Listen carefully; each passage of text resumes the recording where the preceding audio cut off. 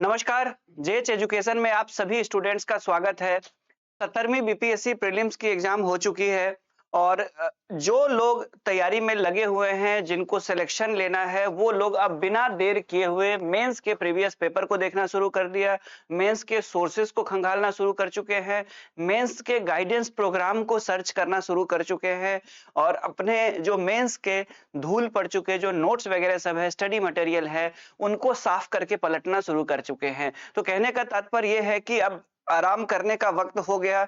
अप्रैल के आसपास उम्मीद है कि मेंस एग्जाम होगी। अप्रैल या मई में हो सकती है मेंस एग्जाम और उस मेंस एग्जाम ही आधार होता है किसी भी एग्जाम का, क्योंकि फाइनल सिलेक्शन जो आपका होना है उसी मेंस से ही आपका सिलेक्शन होना है। तो स्वाभाविक रूप से है कि मेंस के उन तीनों पेपरों को दुरुस्त किया जाए। 900 मार्क्स के, मैं क्वालिफाइंग वाले की चर्चा नहीं कर रहा हूं, मैं उन तीनों सब्जेक्ट्स की बात कर रहा हूं, पेपर्स की बात कर रहा हूं जिससे आपका सिलेक्शन होना है, यानी जीएस पेपर 1, जीएस पेपर 2 और एस्से राइटिंग। 900 का पेपर है और इसमें जो अच्छा स्कोर करेंगे वो न सिर्फ फाइनल सिलेक्शन लेंगे, बल्कि जो बहुत बेहतर स्कोर करेंगे वो अपने ड्रीम जॉब को भी प्राप्त करेंगे, यानी एसडीएम और डीएसपी के जिनके जो ड्रीम जॉब है उसको भी वो प्राप्त करेंगे। इन पूरे मेंस में 900 का जो ये स्कोरिंग वाला सेक्शन है, उसमें से एक सेगमेंट है एस्से। और एस्से चूंकि एक नया पेपर है जो कि 68वीं से इंट्रोड्यूस हुई है, 68 बीपीएससी से इंट्रोड्यूस्ड हुई है, तो इसमें देखा ये गया है कि जो पुराने स्टूडेंट जो काफी पहले से भी तैयारी कर रहे हैं, या ऐसे स्टूडेंट्स जो अपनी तैयारी को अंतिम रूप दे चुके थे और उसके बाद जाकर के मेंस में ये पेपर जोड़े गए हैं, या ऐसे स्टूडेंट जिन्होंने 68वीं 69वीं में सेल्फ स्टडी करके कोशिश की है कि मैं ये पेपर पास करूंगा, अच्छे मार्क्स लाऊंगा, तो उनमें से कई सारे स्टूडेंट रह गए। उसका कारण ये था कि ये एक नया, न सिर्फ एक नया पेपर था, बल्कि इसमें कुछ ऐसे भी क्वेश्चंस पूछे जा रहे हैं ऐसे में, पता ही नहीं है लिखना क्या है। मैं इस बात को एकदम क्लियर बता दूं कि कई सारे कोचिंग वाले सिर्फ इसलिए ऐसे की कोर्स चला रहे हैं कि बच्चे इधर-उधर ना जाए, हमारे रिजल्ट का क्रेडिट कोई और ना ले जाए। जब बहुत सारे कोर्स चल रहे हैं तो एक ऐसे का भी कोर्स करा दे। और इसमें कुछ बड़े-बड़े कोचिंग भी है, मुखर्जी नगर के भी कोचिंग है, ऐसे कोचिंग संस्थान जिसमें मैं भी पढ़ाता था पहले, बता दूं, और वो सिर्फ मजाक कर रहे हैं ऐसे के नाम पे। ना तो उनके पास कोई निबंध का एक्सपर्ट है, एक भी ऐसे टीचर्स नहीं है जो एक निबंध कंप्लीट क्लास में लिखवा सके। मेरे कहने का तात्पर्य है कि पूरे कोर्स के दौरान 2-3 मॉडल निबंध भी क्लास में नहीं लिखवाए जा रहे, ये स्थिति है। जबकि मैं आपको बता दूं, 68वीं से मैं गाइडेंस कर रहा हूं, 68वीं 69वीं दोनों में मैंने हर बैच में 30 से 35 निबंध क्लास में लिखवाए हैं। न सिर्फ प्रीवियस पेपर को सॉल्व करवाया है, बल्कि मैंने निबंध क्लास में लिखवाए भी हैं। और पूरी कंप्लीट निबंध 7 पेज 8 पेज में पूरा का पूरा एस्से मैंने इंग्लिश हिंदी दोनों में लिखवाया है। फिलोसफिकल इशू पे भी, कंटेम्परेरी इश्यूज पे भी, और मैथिली और भोजपुरी दोनों ही इडियम्स और फ्रेज, यानी मैथिली और भोजपुरी की जो मुहावरे और लोकोक्ति है उस पे भी मैंने कंप्लीट निबंध क्लास में लिखवाए हैं। कई सारे निबंध तो आपको वीडियो भी मिल जाएंगे। मैं इस वीडियो के साथ ही जो आपको प्लेलिस्ट मिलेगा उस प्लेलिस्ट में आप देखिएगा कि कई सारे निबंध तो मैंने क्लास में करवाए थे और उनके लेक्चर भी मैंने अपलोड किए हुए हैं। जो समझाने वाला लेक्चर है उसको मैंने अपलोड किया हुआ है, तो उसको भी आप लोग देख लीजिएगा। अब चूंकि सब लोग प्रीलिम्स देने के बाद थोड़ा सा मेंटली अब थोड़ा सा स्ट्रेस कम हुई है, जो लोग ठीक ठाक स्थिति में है, देखिए मैं कोई भविष्यवेता नहीं हूं, मैं कोई कट ऑफ की भविष्यवाणी नहीं कर रहा, लेकिन 90 के आसपास मुझे लग रहा है कि 85 और 90 के बीच में कट ऑफ जानी चाहिए जनरल की। जनरल के कट ऑफ के अकॉर्डिंग आप घटा बढ़ा लीजिए, बढ़ाना क्या है, जनरल तो सबसे ऊपर होगा, उसके बाद जाकर के जो कट ऑफ होंगे वो बाकी लोगों के डिसाइड होंगे, ठीक है। तो उस हिसाब से आप लोग मेंस की तैयारी में लग जाना चाहिए। मैं उनके लिए भी कह रहा हूं कि मेंस की तैयारी करनी चाहिए जो प्रीलिम्स जिनका अच्छा गया है और जिनका अच्छा नहीं गया है उन्हें भी तैयारी करनी चाहिए, क्योंकि अब अगला प्रीलिम्स जो है अगले 1 साल हो सकता है, 8-10 महीने तो लग ही जाएंगे। तो क्या 8-10 महीने सिर्फ आप प्रीलिम्स पढ़ेंगे? निबंध वो सेक्शन है जिसको आप तैयार करके रख सकते हैं। उसका कारण ये है कि ये एक कमिटेड है, और ये कमिटेड ये है कि मैं इसको 1.5 महीने के आसपास खत्म कर दूंगा निबंध को, ठीक है। तो 1.5 महीने के आसपास खत्म करने का मतलब ये हो गया कि 1.5 महीना में आप बड़े आसानी से, ये वो पेपर है जिसको सिर्फ 1.5 महीने में डेली 2 घंटा पढ़ करके आप तैयार कर सकते हैं। और इसमें 200 प्लस अंक लाने की 200 प्लस अंक दिलवाने की गारंटी मेरी है। बस मेरे साथ आपको जो है, यानी कि जो मैं आपके साथ जुड़ूंगा और आप मेरे साथ जुड़ेंगे, तो उस जुड़ाव के दौरान आपको पहले लेक्चर से लेकर के अंतिम लेक्चर को करना है। और क्लास में जितनी चीजें मैं लिखा रहा हूं, ध्यान से सुनिए, मेरे लेक्चर को नहीं सुनना है, बल्कि क्लास में मैं जब पूरी निबंध लिखाऊंगा तो उसको अपने हाथ से, अपने हैंडराइटिंग में, अपने कॉपी पे लिखना है। और इस लिखने के दौरान मैं आपको बता दूं कि आपको इतने टॉपिक करा दिए जाएंगे और इस हिसाब से, इतने डायमेंशन से उसको तरीके से करा दिया जाएगा कि किसी भी विषय पे यदि निबंध पूछे, इनडायरेक्ट भी कोई टॉपिक अगर पूछे तो आप आसानी से लिख सकते हैं। हालांकि जो डायरेक्ट भी टॉपिक है वो आ ही जा रहे हैं, क्लास में जो पढ़ाया जा रहा है उससे आपको लिखना 3 है, लेकिन 4 से 5 टकरा जा रहा है टॉपिक। लेकिन उसके बावजूद आपके पास इतनी अच्छी आपकी राइटिंग स्किल डेवलप हो जाएगी कि आप बड़े आसानी से किसी भी टॉपिक पे इससे लिखने की स्थिति में होंगे। मैं आपको बता दूं कि इस साल जो आईएएस का मेंस हुआ था उसमें भी 2 ऐसे मेंस में आईएएस में लिखना पड़ता है, लेकिन मेरे द्वारा पढ़ाए गए जो लेक्चर है जिसमें मैंने इस बार जो है वो 25 टॉपिक गेस किया था और जिसमें से 3 टॉपिक डायरेक्ट आ गए थे आईएएस के मेंस में और बच्चे बड़े कंफर्ट से लिखने की स्थिति में थे।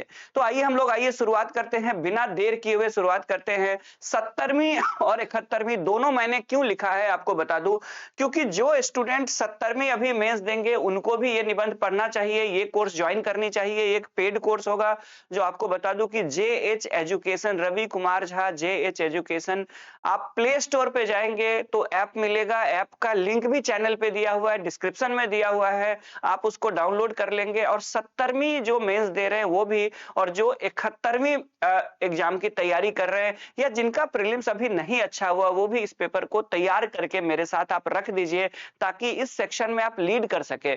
200 अंक प्लस लाने का मतलब होगा कि आप दूसरों से आगे निकल सकते हैं और यही वो पेपर है जिसमें दूसरों से आगे आपके निकलने की संभावना है अगर आप मेरे साथ जुड़ते हैं तो आइए बिना देर किए हुए शुरू करते हैं। हम लोगों ने इसका हेडिंग भी रखा है the right strategy for success, और इसमें जो ये सिंबॉलिक पिक्चर है, ये सिंबॉलिक पिक्चर ये बता रहा है कि राइट स्ट्रेटेजी सिर्फ निबंध के लेक्चर को सुनने में नहीं है, पीडीएफ शेयर करने में नहीं है, बल्कि मेरे साथ क्लास में लिखने से है। तो मैं आप लोगों को आप बता दूं कि जितने भी मेरे लेक्चर होंगे उसमें मैं लिखवाऊंगा और डेली कोशिश करूंगा एक निबंध पूरा करने की। एक लेक्चर में एक निबंध, न सिर्फ समझाएंगे टॉपिक को बल्कि अलग अलग तरीकों से अलग अलग निबंध को लिखवाएंगे, ताकि आपके पास जो बेस्ट तरीका आपको लगे एग्जाम में किसी भी टॉपिक को हैंडल करने का, आप उसको हैंडल कर सके। और 7 से 8 पेज में हर निबंध को मैं लिखवाऊंगा, ठीक है। और ये आपको बता दूं कि क्लास के स्टार्ट होते ही पहले दिन के ही लेक्चर में आपको टॉपिक की लिस्ट दे दी जाएगी और आपको उस हिसाब से ये टॉपिक कराए जाएंगे। तो आइए, हम लोगों ने नाम क्या रखा है, the right strategy for success, क्योंकि सक्सेस के लिए आपके पास एक बेटर स्ट्रेटेजी का होना बहुत ज्यादा जरूरी है। हिंदी और इंग्लिश दोनों मीडियम में हमारा ये ऐसे राइटिंग प्रोग्राम होगा। अगर आपको खुद भी तैयार करना है या आप चाहते हैं कि सेल्फ स्टडी से करें, क्योंकि कई बार स्टूडेंट पास करने के बाद मैं देखता हूं कि टॉपर्स जो होते हैं वो अपने टीचर्स को क्रेडिट नहीं देकर के अपने आप को सुपरमैन साबित करने के लिए बोलते हैं कि मैंने तो कोई गाइडेंस ही नहीं लिया। एक ऐसा बच्चा जो 10th में 4 ट्यूशन पढ़ता है, साइंस का अलग, इंग्लिश का अलग, मैथ्स का अलग, वो बच्चा भी जब इंजीनियरिंग वगैरह सब करके आता है और उसके बाद जाकर के जब वो पीसीएस पास करता है तो बोलता है कि मैं तो सेल्फ स्टडी से कर लिया। यानी 10th में जो पेपर डायरेक्ट आ जाता है एग्जाम में, उसमें उसको 3 ट्यूशन की जरूरत पड़ती है। तो खैर, दुनिया अलग है, जमाना है, नैतिकता खत्म हो चुकी है, लेकिन अपने टीचर्स को कई लोग क्रेडिट भी देते हैं। तो आइए हम लोग एक बेहतर रणनीति, अगर आप सेल्फ भी स्टडी करेंगे तो एक बेहतर रणनीति क्या होगी हमारी ऐसे को लेकर के, उसको लेकर के आइए हम लोग बात करते हैं। हमारी जो स्ट्रेटेजी है उसमें हम लोग देखिए, सबसे पहले यदि हम लोग बात करें,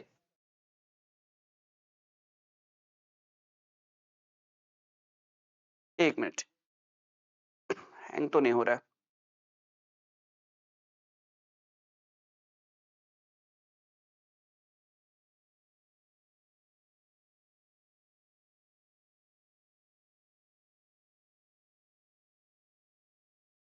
एक मिनट।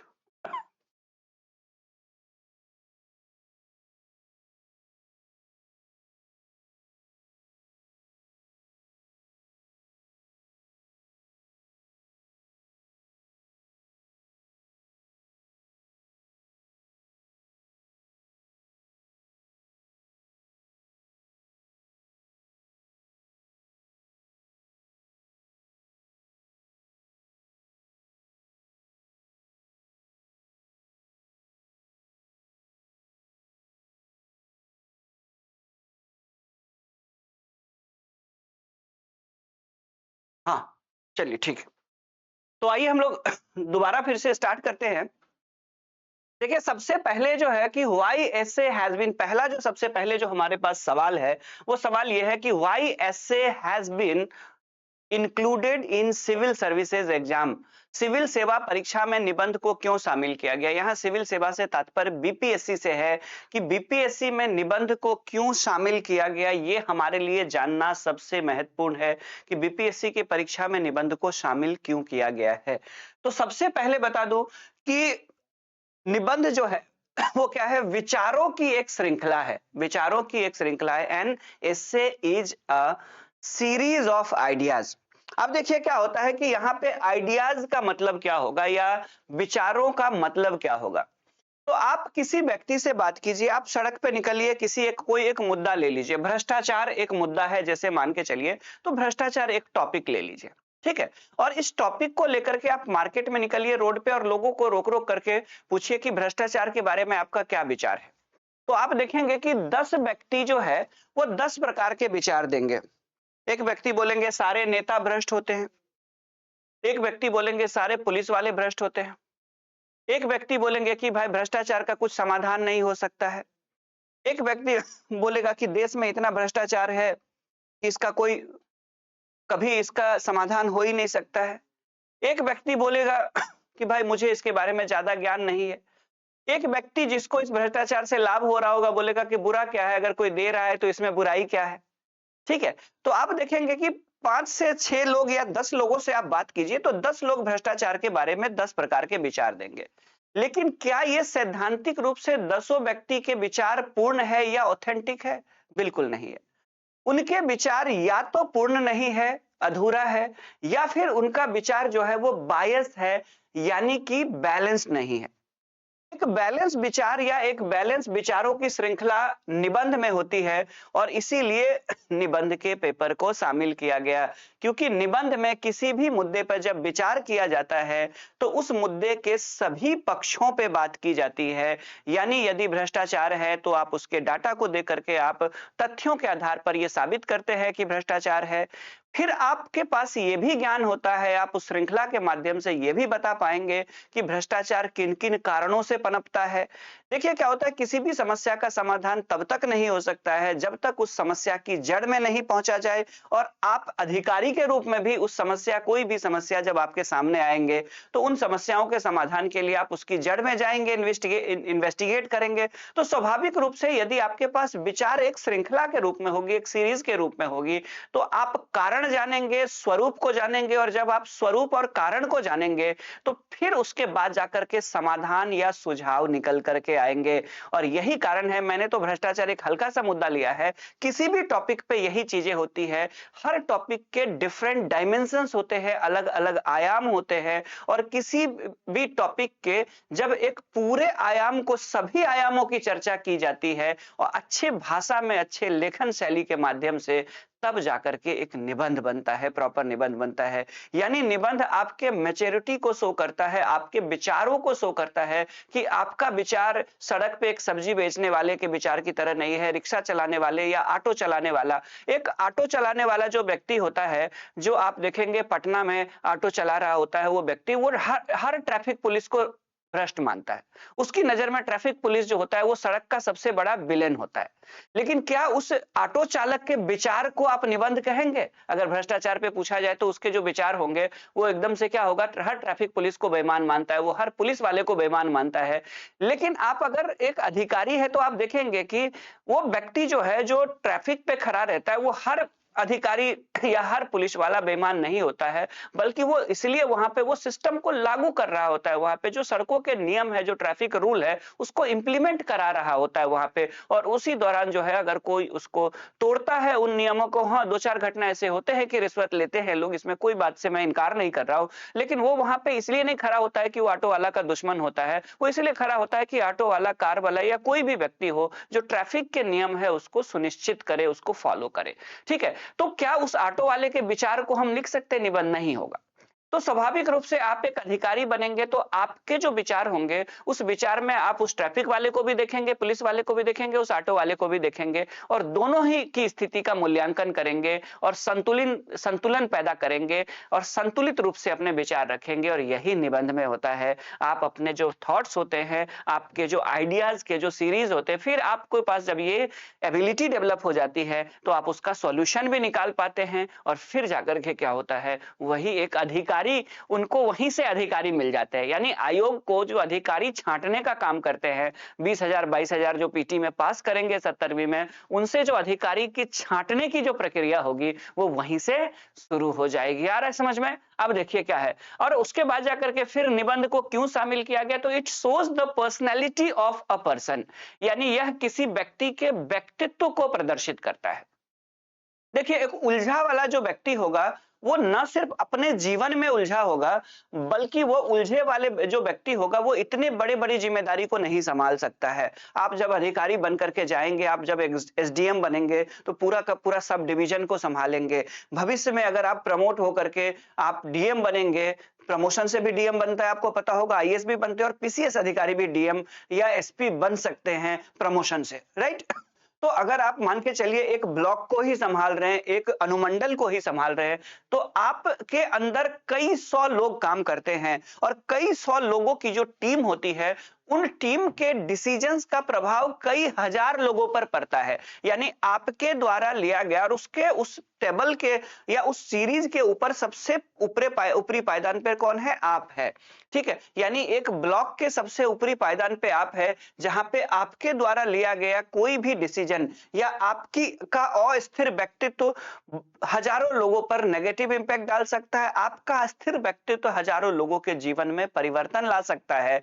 और आपका व्यक्तित्व कैसा है उसको जानने का, आपके मन के अंदर घुस करके जानने का, आपके दिमाग के अंदर घुस कर जानने का कोई माध्यम तो नहीं है आयोग के पास, लेकिन आयोग के पास एक हथियार है और वो है मेंस एग्जाम। आपका कॉपी बहुत हद तक आपका व्यक्तित्व बता देता है। 2 लाइन, 4 लाइन, 5 लाइन कोई व्यक्ति झूठ बोल सकता है, लेकिन कोई व्यक्ति कैसा विचार रखता है, उसकी पर्सनैलिटी कैसी है, वो निकल करके सामने आ जाती है। जब मेंस के प्रेशर में 25-30 पेज जब वो लिखता है तो पता चल जाता है कि वो व्यक्ति कैसा है। इसलिए विभिन्न मुद्दों पे जब निबंध लिखा जाता है तो उसके विचार एकदम से पता चल जाते हैं कि वो किस विचार का है, और उसी में से काम के व्यक्ति को आयोग छांट लेता है और बाकी को डंप कर देता है। डंप करने से तात्पर्य है यहाँ पे फेल कर देते हैं। उसके बाद जाकर के निबंध इसीलिए शामिल किया गया निबंध को। अब निबंध में क्या होता है, तो निबंध में एक कोई भी जो टॉपिक होता है निबंध का, निबंध के किसी भी टॉपिक में आप देखेंगे तो उसका एक प्रॉपर सिनॉप्सिस होता है। सिनॉप्सिस आप लोग को आगे मैं बताऊंगा क्लास में। एक प्रॉपर उसका एक सिनॉप्सिस या स्ट्रक्चर होता है, और ये स्ट्रक्चर जो है, जो व्यक्ति बनाता है, जो व्यक्ति एक व्यवस्थित उत्तर लिख सकता है, वो व्यक्ति जीवन में भी व्यवस्थित है। और जो व्यक्ति अपने उत्तर में अस्त व्यस्त उत्तर लिखता है, इसका मतलब है कि उसके पास जो उसके विचार है वो भी अस्त व्यस्त है, वो व्यक्ति भी अस्त व्यस्त है, वो व्यवस्थित व्यक्ति नहीं है। इसीलिए निबंध से क्या पता चलता है, यह किसी भी व्यक्ति के व्यवस्थित सोच का परिचायक होता है। It is a sign of systematic thinking of a person. It is a sign of systematic thinking of a person. यह किसी भी व्यक्ति के व्यवस्थित सोच का परिचायक होता है।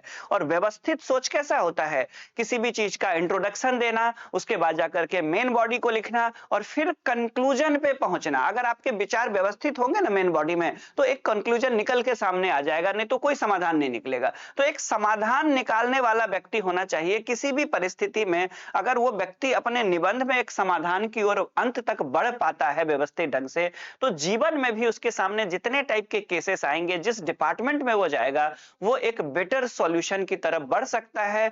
क्यों? क्योंकि उसकी थिंकिंग सिस्टमैटिक होगी। और आयोग को भी क्या चाहिए? सिस्टमैटिक थिंकिंग वाला व्यक्ति चाहिए। और यही कारण है कि निबंध को शामिल किया गया है। ठीक है, तो सिर्फ रट के निबंध लिखने की कोशिश भी नहीं करेंगे, और ना मैं रट के कोई निबंध लिखवाऊंगा, ना ही मैं कोई निबंध रटवाऊंगा, बल्कि निबंध लिखवाने के दौरान आपके अंदर ऐसे राइटिंग की एबिलिटी को डेवलप करूंगा ताकि आपको 1 बजे भी कोई उठा करके बोले, 1 बजे तो खैर कहने का तात्पर्य हुआ कि कभी भी कोई किसी भी विषय पे निबंध बोले तो एक अच्छा निबंध लिखने की स्थिति में आ जाए।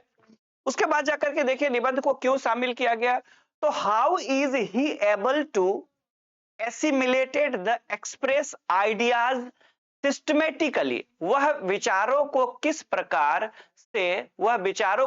प्रकार क्रमबद्धता के साथ आत्मसात और व्यक्त कर पा रहा है। अब देखिए क्रमबद्धता के साथ आत्मसात करना यानी कि आप अच्छे निबंध कभी या अच्छे विचार आपके कब होते हैं, जब अच्छे विचार को आप ग्रहण करते हैं। अब माँ के पेट से तो कोई बच्चा पैदा होकर के विद्वान बन के नहीं आता है, पीएचडी करके तो नहीं आता है। बच्चा बाहरी परिस्थितियों से सीखता है। एक बच्चे का रिएक्शन या एक युवा का रिएक्शन या एक किशोरावस्था का जो बच्चा होता है उसका रिएक्शन, अगर बाहर मित्रों के साथ उसका व्यवहार, स्कूल में शिक्षकों के प्रति उसके विचार या व्यवहार, सड़क पे चलने वाले सब्जी वाले, रिक्शा वाले से, नौकरों के साथ व्यवहार, ठीक है, ये उसके सार्वजनिक जीवन में व्यवहार ये बताता है कि उसका पालन पोषण कैसा हुआ है। यानी आपके जो पालन पोषण या संस्कार है वो आपको हर जगह बाहर दिखेंगे। ठीक है, तो आपके संस्कार यदि क्रमबद्ध ढंग से आपको दिया गया है, बेहतर अच्छे संस्कार दिया गया और उसको आपने अगर क्रमबद्ध रूप से आत्मसात किया है तो उसी को आप व्यक्त करेंगे। यानी आपने जिस प्रकार का जीवन में ज्ञान लिया है और जिस तरीके से आपने ज्ञान लिया है उसी ज्ञान को आप व्यक्त करेंगे। अब देख लीजिए, और यही चीजें पोल खुल जाएगी। अब रेलवे एसएससी की तैयारी करने वाले जो स्टूडेंट्स होते हैं वो जीएस को रटते हैं, राइट। इसीलिए वो क्या है कि उनको रटने की ज्ञान होती है, तो वो मेंस में भी क्या करते हैं कि कोशिश करते हैं, फैक्ट्स डाले, एनालिसिस नहीं कर पाते, इसीलिए वो पास नहीं कर पाते। यानी उसने जो ज्ञान को आत्मसात किया था वो रटने वाले फॉर्म में उसने फैक्चुअल चीजों को सिर्फ रटा था, और इसीलिए जब उसको आत्मसात उसने अगर रटते हुए फैक्ट्स को किया है तो स्वाभाविक रूप से जब उसको वो व्यक्त भी करना चाहेगा रटते हुए, लेकिन रटते हुए व्यक्त करने का एक लिमिट होता है और वो चीजें मेंस में काम नहीं करती है, और इसीलिए निबंध में तो वो चीजें सामने आ जाती है। जब निबंध लिखने को कहा जाता है ऐसे टॉपिक पे जिस टॉपिक पे उसके पास फैक्ट्स होते ही नहीं है, क्योंकि उतना फैक्ट्स जीएस के तो ये टॉपिक होते नहीं है, ज्यादातर टॉपिक जीएस से बिल्कुल अलग होते हैं, और वही वो फंस जाता है और आयोग को एक बेहतर व्यक्ति मिल जाता है जो चीजों को, जिसने बेहतर ढंग से आत्मसात किया है, यानी उसने अगर अच्छे थॉट्स को, अच्छे आइडियाज को एसिमिलेट किया है बेहतर ढंग से, तो वो एक्सप्रेस भी बेहतर करेगा। यानी कि अगर उसे जब विपार्ड में भेजा जाएगा तो वो जितने बेहतर ढंग से उसने ट्रेनिंग को आत्मसात किया, एसिमिलेट किया, उतने ढंग से वो अपने फील्ड में उसको क्या कर पाएगा, एक्सप्रेस भी कर पाएगा। तो एस्टिमुलेट और एक्सप्रेस दोनों आपके अंदर कब आएगा, उसकी जांच कैसे होगी कि आप ट्रेनिंग में एक बेहतर अधिकारी बन सकते हैं, आप चीजों को एसिमिलेट कर सकते हैं बेहतर ढंग से आपके निबंध से, क्योंकि यदि निबंध तभी आप लिख पाएंगे, एक्सप्रेस कर पाएंगे अच्छे थॉट्स को, जब आपने अच्छे थॉट्स को सिस्टमैटिकली एसिमिलेट किया है। तो यही चीजें वहीं से आयोग को एक बेहतर अधिकारी मिल जाएगा, और वो अधिकारी आप भी हो सकते हैं अगर आप मेरे साथ जुड़ेंगे तो। ठीक है, उसके बाद जाकर के फिर क्या है देखिए, तो how is his writing style and language, यानी वो जानना चाहता है कि कोई कैंडिडेट जिसे हम अधिकारी के रूप में लेना चाहते हैं, तो आयोग ये जानना चाहता है कि उसकी लेखन शैली और भाषा कैसी है।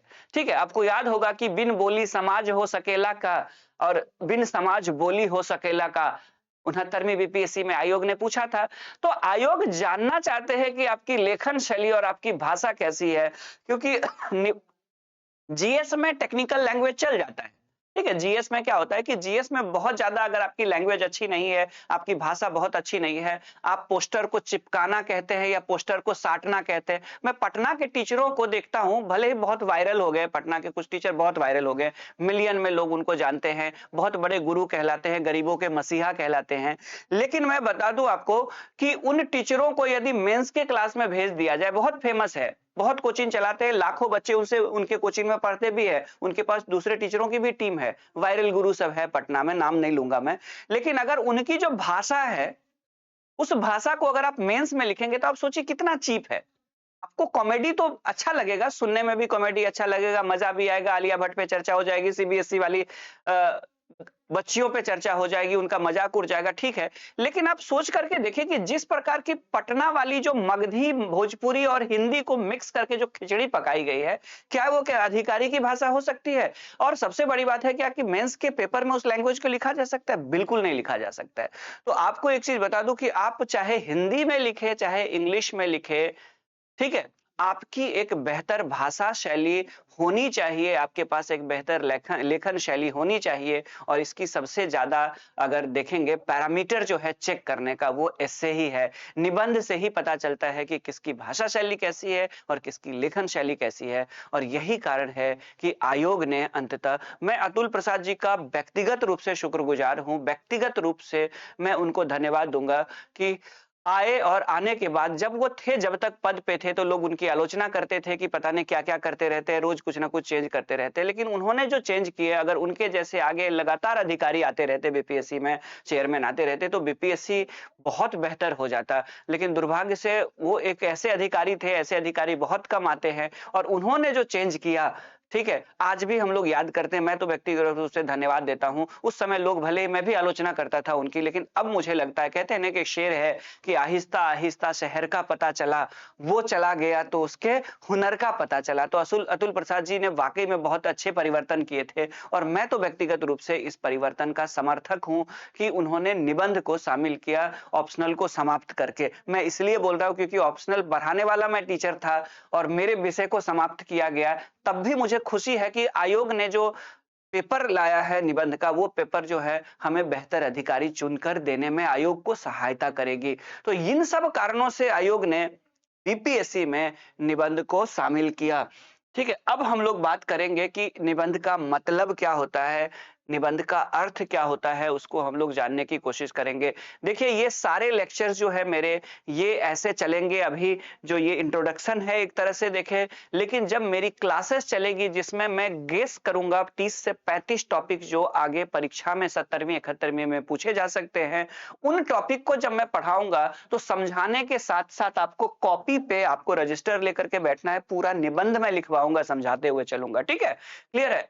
तो यहाँ पे हम लोग जानेंगे मीनिंग ऑफ एसे, यानी निबंध का अर्थ। तो निबंध का मतलब होता है, निबंध जो है, देखिए आपको बता दूं कि बीपीएससी ने एसे को नहीं शामिल किया, बीपीएससी ने निबंध को शामिल किया। निबंध और एसे में थोड़ा सा फर्क है। जो साउदर्न वर्ल्ड, ये वेस्टर्न वर्ल्ड में जो एसे वर्ड डेवलप हुआ, और जो ईस्टर्न वर्ल्ड यानी इंडिया में जो निबंध शब्द डेवलप हुआ, दोनों में थोड़ा सा फर्क है।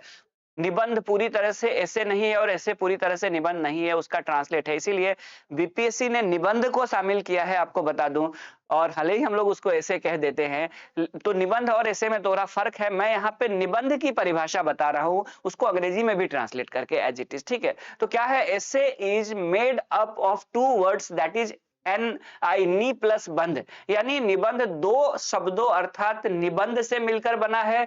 निबंध का अर्थ होता है अच्छी प्रकार से बांधी गई रचना, जो विचार पूर्वक लिखा गया हो। जब हम अपने विचारों और भावों को नियंत्रित ढंग से लिखते हैं, वह निबंध के रूप में जाना जाता है। ऐसे means well tied composition which is written thoughtfully when we write down our thoughts and feelings in a controlled manner, it is known as essay. तो कंट्रोल्ड मैनर का मतलब क्या हुआ? कंट्रोल मैनर का मतलब ये हुआ कि आप जब लिखते हैं तो उसमें फीलिंग्स तो आएगी, लेकिन वो फीलिंग्स बायस फीलिंग्स नहीं होना चाहिए। आपकी भावनाएं उसमें आएगी, आपके विचार भी आएंगे, आपके भाव भी आएंगे, लेकिन आप भावनाओं में बहेंगे नहीं। यानी कहने का तात्पर्य यह हुआ कि यदि रिजर्वेशन पे आपको निबंध लिखना पड़ जाए, तो आप अगर सामान्य वर्ग के हैं, तो आप अपनी भावनाओं में बह करके उसे खुद को एक शोषित या पीड़ित के रूप में निबंध में प्रस्तुत नहीं करेंगे। सिर्फ बुराई नहीं करेंगे कि रिजर्वेशन की वजह से मुझे नुकसान हुआ या जनरल कास्ट को नुकसान हुआ। यदि आप एक एससी या एसटी वर्ग के हैं और यदि आपको निबंध लिखने को कहा जाता है रिजर्वेशन पे, तो आप अपने विचारों को ऐसे ढंग से नहीं लिखेंगे या भावना में नहीं बहेंगे कि सिर्फ इसका महिमा मंडन करेंगे। ठीक है, तो दोनों पक्ष यानी दोनों व्यक्ति, चाहे रिजर्वेशन से लाभान्वित व्यक्ति हो या रिजर्वेशन से कथित रूप से नुकसान हो रहा हो, ऐसे कैंडिडेट्स हो जिनको लगता है कि रिजर्वेशन की वजह से मैं सामान्य वर्ग में हूं, मुझे नुकसान हुआ है। दोनों ही स्थिति में आपके विचार और भाव जो होंगे वो नियंत्रित ढंग से लिखेंगे, ठीक है। और जब आप उसको नियंत्रित ढंग से लिखते हैं तो वही निबंध के रूप में सामने आता है। एक ही पक्ष जब आप लिखेंगे, हर सिक्के के दो पहलू होते हैं, उसी तरह से हर निबंध के, हर मुद्दे के, हर विषय के दोनों पक्ष होते हैं। यहां तक कि जो आलोचक होते हैं वो ईश्वर की भी आलोचना करते हैं, लेकिन सामान्य व्यक्ति जब ईश्वर की आलोचना करता है तो वो एक पक्षीय आलोचना करता है। लेकिन एक दार्शनिक या एक संतुलित या एक विद्वान या एक स्कॉलर जब ईश्वर की आलोचना करता है तो वो ईश्वर को क्या करता है, वो संतुलित ढंग से ईश्वर की आलोचना भी करता है और कमियां भी निकालता है। तो आप अगर उसको देखेंगे तो आपको पता चलेगा कि हाँ, वाकई में ईश्वर में भी कुछ कमी है। हालांकि हम आप इतने बड़े नहीं हुए हैं कि ईश्वर में कमी निकाल सके, लेकिन कहने का तात्पर्य हुआ कि किसी भी विषय को जब आप लिखते हैं तो उसके दोनों पक्ष होने चाहिए। किसी एक पक्ष को यदि आप लिखेंगे या भावनाओं में बह जाएंगे, भावनाओं को अनियंत्रित ढंग से लिखेंगे, तब वो निबंध नहीं है। आप विचारों और भावों को जब नियंत्रित ढंग से लिखेंगे तब जाकर के उसको निबंध कहा जाएगा। तो निबंध का यही मतलब होता है। मैंने एज इट इज उसी को इंग्लिश में ट्रांसलेट किया है। अब देखिए, पार्ट्स ऑफ ऐसे यानी निबंध के अंग, निबंध के कितने अंग होते हैं, हमें ये भी हमारे लिए जानना जरूरी है कि निबंध के कितने अंग होते हैं, यानी ऐसे के कितने पार्ट्स होते हैं। तो बेसिकली आमतौर पर लोग कहते हैं निबंध के 3 पार्ट होते हैं, लेकिन आपको बता दूं कि हजारी प्रसाद द्विवेदी से लेकर के वर्तमान युग तक यदि हम लोग निबंधों की चर्चा करें या हम लोग जितने भी बड़े-बड़े विद्वानों की बात करें जिन्होंने बड़े निबंध लिखे हैं, तो निबंध के बेसिकली 4 भाग होते हैं। शीर्षक दैट इज टॉपिक, प्रस्तावना यानी इंट्रोडक्शन, मेन बॉडी यानी कि मुख्य भाग या विषय विस्तार या विषय वस्तु, और कंक्लूजन यानी कि उपसंहार। तो ये 4 भाग होते हैं निबंध के। यहाँ पे 4 भाग होते हैं निबंध के, लोगों को लगता है 3 भाग है। बेसिकली निबंध को अगर हम लोग देखें, जो राइटिंग आर्ट है उसके अकॉर्डिंग अगर हम लोग देखें विद्वानों के अनुसार, तो निबंध के 4 भाग होते हैं। अब 4 भाग में से एक एक को चलिए हम लोग एनालिसिस करते हैं अब और समझने की कोशिश करते हैं कि ये चारों भाग को आप किस प्रकार हैंडल करेंगे, इस 4 पार्ट्स को किस तरह से हैंडल करेंगे कि आप दूसरे से, देखिए कंपटीशन एग्जाम क्या है, कॉम्पिटिटिव एग्जाम जो है वो एक तरह से क्या है कि दूसरों से आगे निकलने की होड़ है, ठीक है। यानी कि यदि कॉलेज के एग्जाम को देखें, एकेडमिक एग्जाम को देखें और कॉम्पिटिटिव एग्जाम को देखें, तो दोनों में यही अंतर होता है कि कॉम्पिटिटिव एकेडमिक एग्जाम में यदि क्लासरूम में 100 बच्चे हैं और मिनिमम मार्क्स अगर 30 है तो 100 बच्चे भी पास हो सकते हैं, यानी 100% भी रिजल्ट आ सकता है। लेकिन कमीशन का एग्जाम या कॉम्पिटिटिव एग्जाम में उनके पास अगर 100 कैंडिडेट्स है और उनके पास 2 सीट है, तो हो सकता है कि 2 बच्चा ऐसा हो जो 100 में 99 ले आए और एक बच्चा 98 ले आए, तो 98 वाला भी फेल कर सकता है। यदि वहां पे नंबर ऑफ सीट 2 है और नंबर ऑफ कैंडिडेट्स बहुत सारे हैं, तो हो सकता है 90 प्लस ला करके भी कोई फेल कर सकता है। यानी ये एक तरह से देखें तो दूसरों से आगे निकलने की होड़ है। न सिर्फ आपको मिनिमम मार्क्स ही नहीं लाना है, बल्कि आपको दूसरों से अधिक मार्क्स लाने हैं, कम से कम उतने कैंडिडेट से जितने उसमें सीट है उस हिसाब से, तब जाकर के। तो ये स्वाभाविक रूप से ये टफ हो जाता है और इसकी शुरुआत हर पहले ही स्टेप से हो जाती है। यानी निबंध के जो अंग है, फर्स्ट पार्ट है, यहीं से शुरुआत हो जाती है। कैसे, इसी चीज को मैं समझाने का प्रयास करूंगा। यहाँ पे एक्चुअली होता क्या है कि जो टॉपिक होता है वो हालांकि आप डिसाइड नहीं करते हैं, यह परीक्षक द्वारा प्रदान किया जाता है। This is provided by the examiner, but from here you can start scoring good marks, ठीक है। यानी आप यहीं से अच्छे अंक की शुरुआत कर सकते हैं। As you know, BPSC main paper has easy essay for total 300 marks. इसे 3 सेक्शन में बांटा गया है और 300 अंक का कुल पेपर होता है, जिसको हम लोग 3 सेक्शन में बांटते हैं, आपको ये पता है। लेकिन आप चाहे तो शीर्षक यानी टॉपिक से ही आप अपने निबंध के मार्क्स को, इस पेपर के मार्क्स को बढ़ा सकते हैं, बल्कि आप दूसरों से लीड भी ले सकते हैं। अब कैसे दूसरों से आप लीड ले सकते हैं? तो जो टॉपिक होता है वो कमीशन ने आपको 12 दिए, आपको टॉपिक 12 दिए गए और आपको लिखना है 3, और इनमें क्या होगा कि जो आसान टॉपिक होगा, देखने में जनरल टॉपिक होगा, यदि आपको नहीं आ रहा है तो आपके पास कोई विकल्प नहीं है, मरता क्या ना करता वाली स्थिति, यानी आपको बिल्कुल ही नहीं आ रहा है तब तो आप कोई भी टॉपिक उसमें से ले लेंगे। लेकिन यदि आपको दार्शनिक विषय आता है लिखने, या क्लास में आपने मुझसे अच्छे से पढ़ लिया अगर फिलोसफिकल टॉपिक पे, तो आपको वही सेक्शंस को या वही टॉपिक को चुनना है जिसमें फिलॉसफी ज्यादा से ज्यादा हो, या वैसे को चुनना है जो करंट इशू में ज्यादा आपके पास वो हो, आपके पास बहुत ज्यादा ये हो, जानकारी हो, गहराई से जानकारी हो, कुछ यूनिक इंफॉर्मेशन हो जो बाकी के पास ना हो। तो आप टॉपिक 12 में से जो 3 टॉपिक सेलेक्ट करेंगे, उससे भी ये चीजें मैं क्लास में बताऊंगा कि कैसे सेलेक्ट करना है।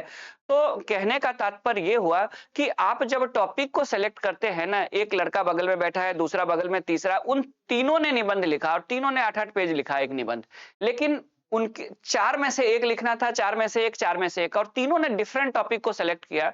तो आप देखेंगे कि ज्यादा लिखने वाले की तुलना में भी कई बार कम लिखने वाले को मार्क्स ज्यादा आ गया। वो इसलिए आ गया क्योंकि उसने उसमें से भी टॉपिक सेलेक्ट किया। क्योंकि देखिए क्या होता है, जो ह्यूमैनिटीज के टॉपिक्स होते हैं, फिलोसफी के टॉपिक्स होते हैं, कंटेम्प्रेरी के टॉपिक्स होते हैं, उन टॉपिक्स में कुछ टॉपिक्स बड़े इंटरेस्टिंग टाइप के होते हैं जिसपे जनरली लोग नहीं लिखना चाहते हैं या उसमें गहरी समझ की जरूरत पड़ती है। और ऐसे निबंध को जब आप लिखते हैं ना, सब लोग एक ही मुद्दा पे लिख रहा है, जैसे एक टॉपिक है उसमें सब में शिक्षा का महत्व, नारी का महत्व, फलाना चिलाना सब है, लेकिन उसमें एक दर्शन दे दिया, जंगल अपने पेड़ स्वयं तैयार करता है, वह किसी के आकर जंगल में बीज बोने का इंतजार नहीं करता। ये मैंने सॉल्व किया हुआ है। अगर इस पे एक ने लिख दिया, ठीक है, तो स्वाभाविक रूप से अगर उसने 6 पेज भी लिखा तो वो लीड कर जाएगा, क्योंकि इस टॉपिक को सामान्य लोग समझ ही नहीं पाएंगे, और जो समझ गया और लिख गया तो उसके और उसके मार्क्स में अंतर आ जाएगा। अगर एक महिला सशक्तिकरण पे पूछा है और उसने अगर लिखा है तो 100 में 50 मिल सकता है, लेकिन अगर वो कोई जंगल वाला लिख दिया तो उसे 100 में 70 भी मिल सकता है, भले ही एक पेज कम लिखे।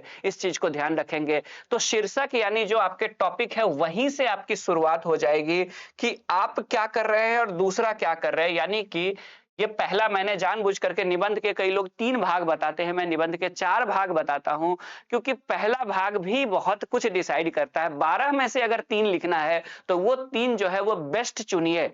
ठीक है, जीवन में, जैसे जीवन में 2 बड़े जैसे आपके पास बहुत सारे लाइफ पार्टनर चुनने का विकल्प होगा। जब आप अधिकारी बनेंगे तो आपके पास बहुत सारे फोटोज आएंगे, उनके सर्टिफिकेट्स आएंगे, मार्कशीट आएंगे, फैमिली बैकग्राउंड, नाना जी ये थे, दादाजी ये थे, पिताजी इस पोस्ट पे थे, बहुत सारी चीजें आएगा। तो उसमें आप बहुत सारे फैक्टर्स को देखते हुए, जैसे लाइफ पार्टनर चुनने वाला स्थिति होता है, हालांकि उसमें बहुत समय लिया जाता है, यहाँ बहुत कम समय है चुनने का, लेकिन फिर भी आप जो है कम समय में बेहतर एक टॉपिक को चुनिए। जीवन में आपके पास जब बहुत सारे विकल्प होते हैं तो आपने उन विकल्पों में से आपने सिविल सेवा की तैयारी का विकल्प को चुना है, तो सिविल सेवा में भी जब आपके पास बहुत सारे निबंध के विकल्प होंगे तो उसमें से उस विकल्प को चुनिए जो सबसे ज्यादा मार्क्स आपको दिला सकता है। तो यही है पहला पार्ट, दैट इज शीर्षक। ये सारी चीजें क्लास में मैं बताता चलूंगा, पढ़ाता चलूंगा, क्योंकि क्लास के दौरान सारी चीजें जब प्रैक्टिकली होती है लिखाने के दौरान तो बहुत बेहतर समझ में आती है, और उसके बाद तो फिर आपको कभी जरूरत ही नहीं पड़ेगी समझने की। अभी तो खैर मैं टॉपिक नहीं पढ़ा रहा हूं, इसीलिए आपको लग रहा है कि ये कैसे हो सकता है, ये 4 टॉपिक है तो कोई किसी पे लिखेगा, कोई किसी पे, तो किसको ज्यादा मार्क्स किस पे मिल सकता है ये कैसे पता चलेगा। तो ये खुद पता चलने लगेगा जब आप क्लास करेंगे। ठीक है, अब देखिए क्या है कि 3 सेक्शनों में, तीनों सेक्शंसों में 4-4 टॉपिक दिया जाता है, आपको पता होगा, और आपको प्रत्येक सेक्शन से एक-एक टॉपिक को सेलेक्ट करके कुल 3 निबंध लिखने हैं। ठीक है, अब देखिए क्या है, अब जाकर के क्या है कि and all these people will do it, सब लोग यही करेंगे। Then the question is how can you start getting good marks from here, then the answer is by writing essay on philosophical topic. तो इसका उत्तर क्या है, दार्शनिक विषयों पर निबंध लिखकर, जिसमें भी थोड़ा फिलोसॉफिकल टाइप का तड़का हो, अप्रोच हो, उस पे ज्यादा अंक आएंगे। लेकिन फिलोसफी के पल के तब लिख पाएंगे जब आप क्लास करेंगे, क्लास में समझ में आएगा। उन लोगों के जो पास करने के बाद झूठ बोल देते हैं कि मैंने तो सेल्फ स्टडी किया था, मैंने तो कभी किसी कोचिंग में पढ़ा नहीं, किसी टीचर से। ठीक है, तो चलिए एक बार ट्राई कीजिए, अपने करियर से खिलवाड़ कीजिए। कई बार क्या होता है कि टॉपर्स कम बोलते हैं ये बातें, और यूट्यूबर अपने थंबनेल में जरूर डाल देते हैं बिना कोचिंग के पास करके। जबकि उस इंटरव्यू के अंदर भी ये बात चल रहा होता है कि हाँ, मैंने गाइडेंस लिया था, यहाँ का टेस्ट सीरीज लिया था, यहाँ का नोट्स लिया था। लेकिन हेडिंग क्या डालता है? बिना कोचिंग के घर बैठे तैयार टॉपर बने। ठीक है? तो इन सब चीज़ों से थोड़ा-सा बचिए। गुरु को थोड़ा बहुत दक्षिणा देने से जीवन में ज्ञान होता ही है। ऐसा नहीं है कि ज्ञान में कमी होगी। ठीक है? अब आगे देखिए। इंट्रोडक्शन यानी प्रस्तावना। जो नेक्स्ट सेक्शन है हमारा, जो अंग है वो है इंट्रोडक्शन। इससे क्या होता है कि इससे जैसे हम लोग कहीं पे जाते हैं तो अपना परिचय देते हैं, वैसे किसी टॉपिक पे जब हम प्रवेश करते हैं तो पहला जो कदम होता है हमारा वो यहीं से बढ़ना शुरू होता है, यानी हमारी कलम यहाँ से चलना। वहां पे आपने टॉपिक सेलेक्ट किया, वहां पे आपने टॉपिक को सेलेक्ट किया और यहाँ पे आपने टॉपिक सेलेक्टेड के बाद निबंध में या ऐसे में आपने एंटर मारा। आपकी कहते हैं ना कि आपकी एंट्री बढ़िया होनी चाहिए। आपने देखा होगा ना एनिमल मूवी में इंटरवल के बाद एंट्री होती है एक विलन की, और वो विलन जो है वो फिल्म के अंत तक जाते जाते पूरी महफिल लूट के ले जाता है, और उस विलेन की चर्चा जो है उस मूवी के, ठीक है, एक्टर से भी ज्यादा होती है।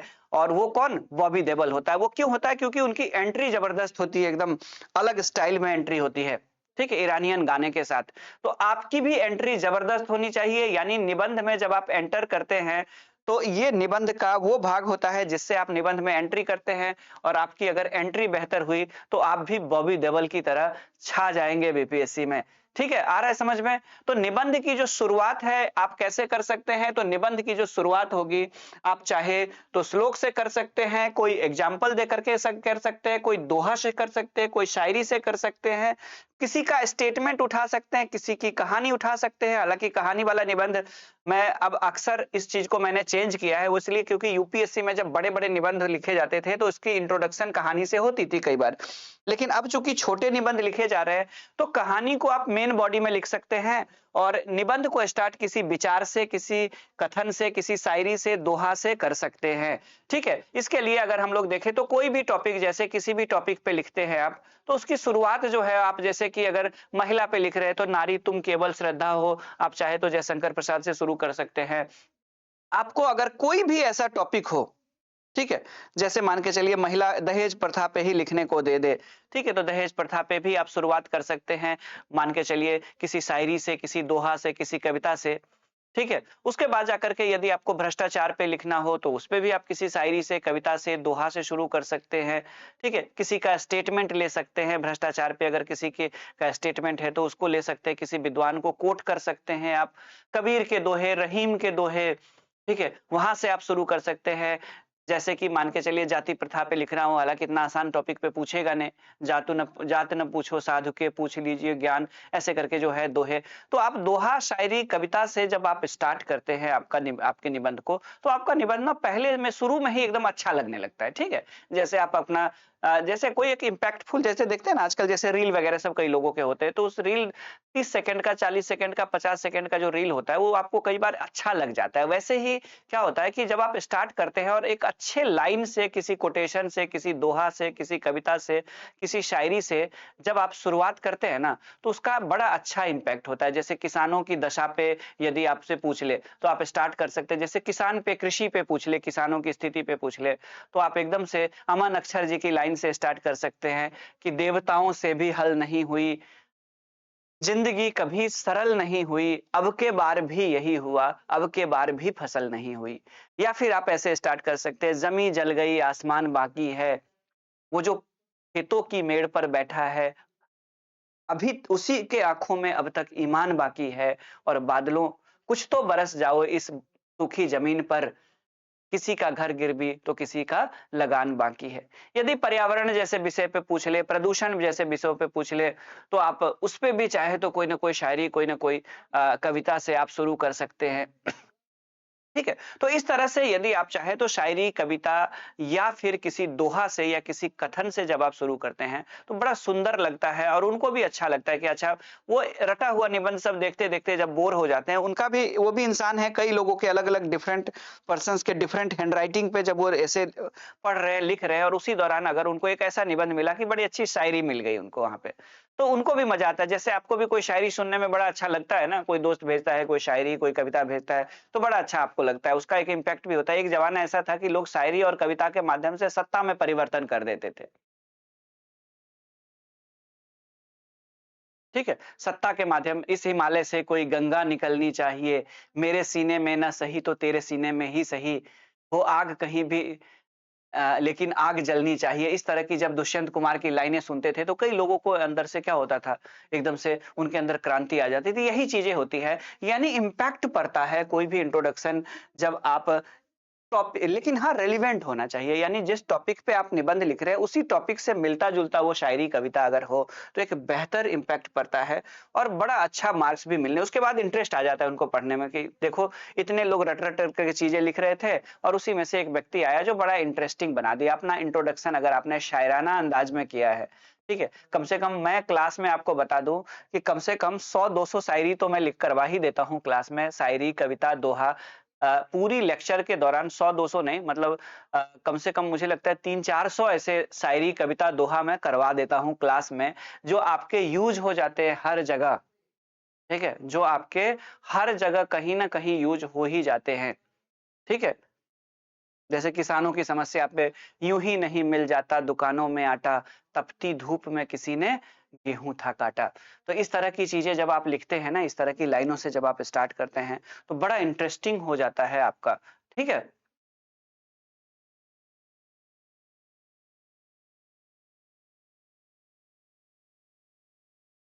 उसके बाद जाकर के जो अगला सेक्शन होता है निबंध का, जो पार्ट होता है थर्ड पार्ट, वो होता है बॉडी पार्ट पार्ट पार्ट्स की जगह पार्ट ही लिखना ज्यादा बेहतर होगा।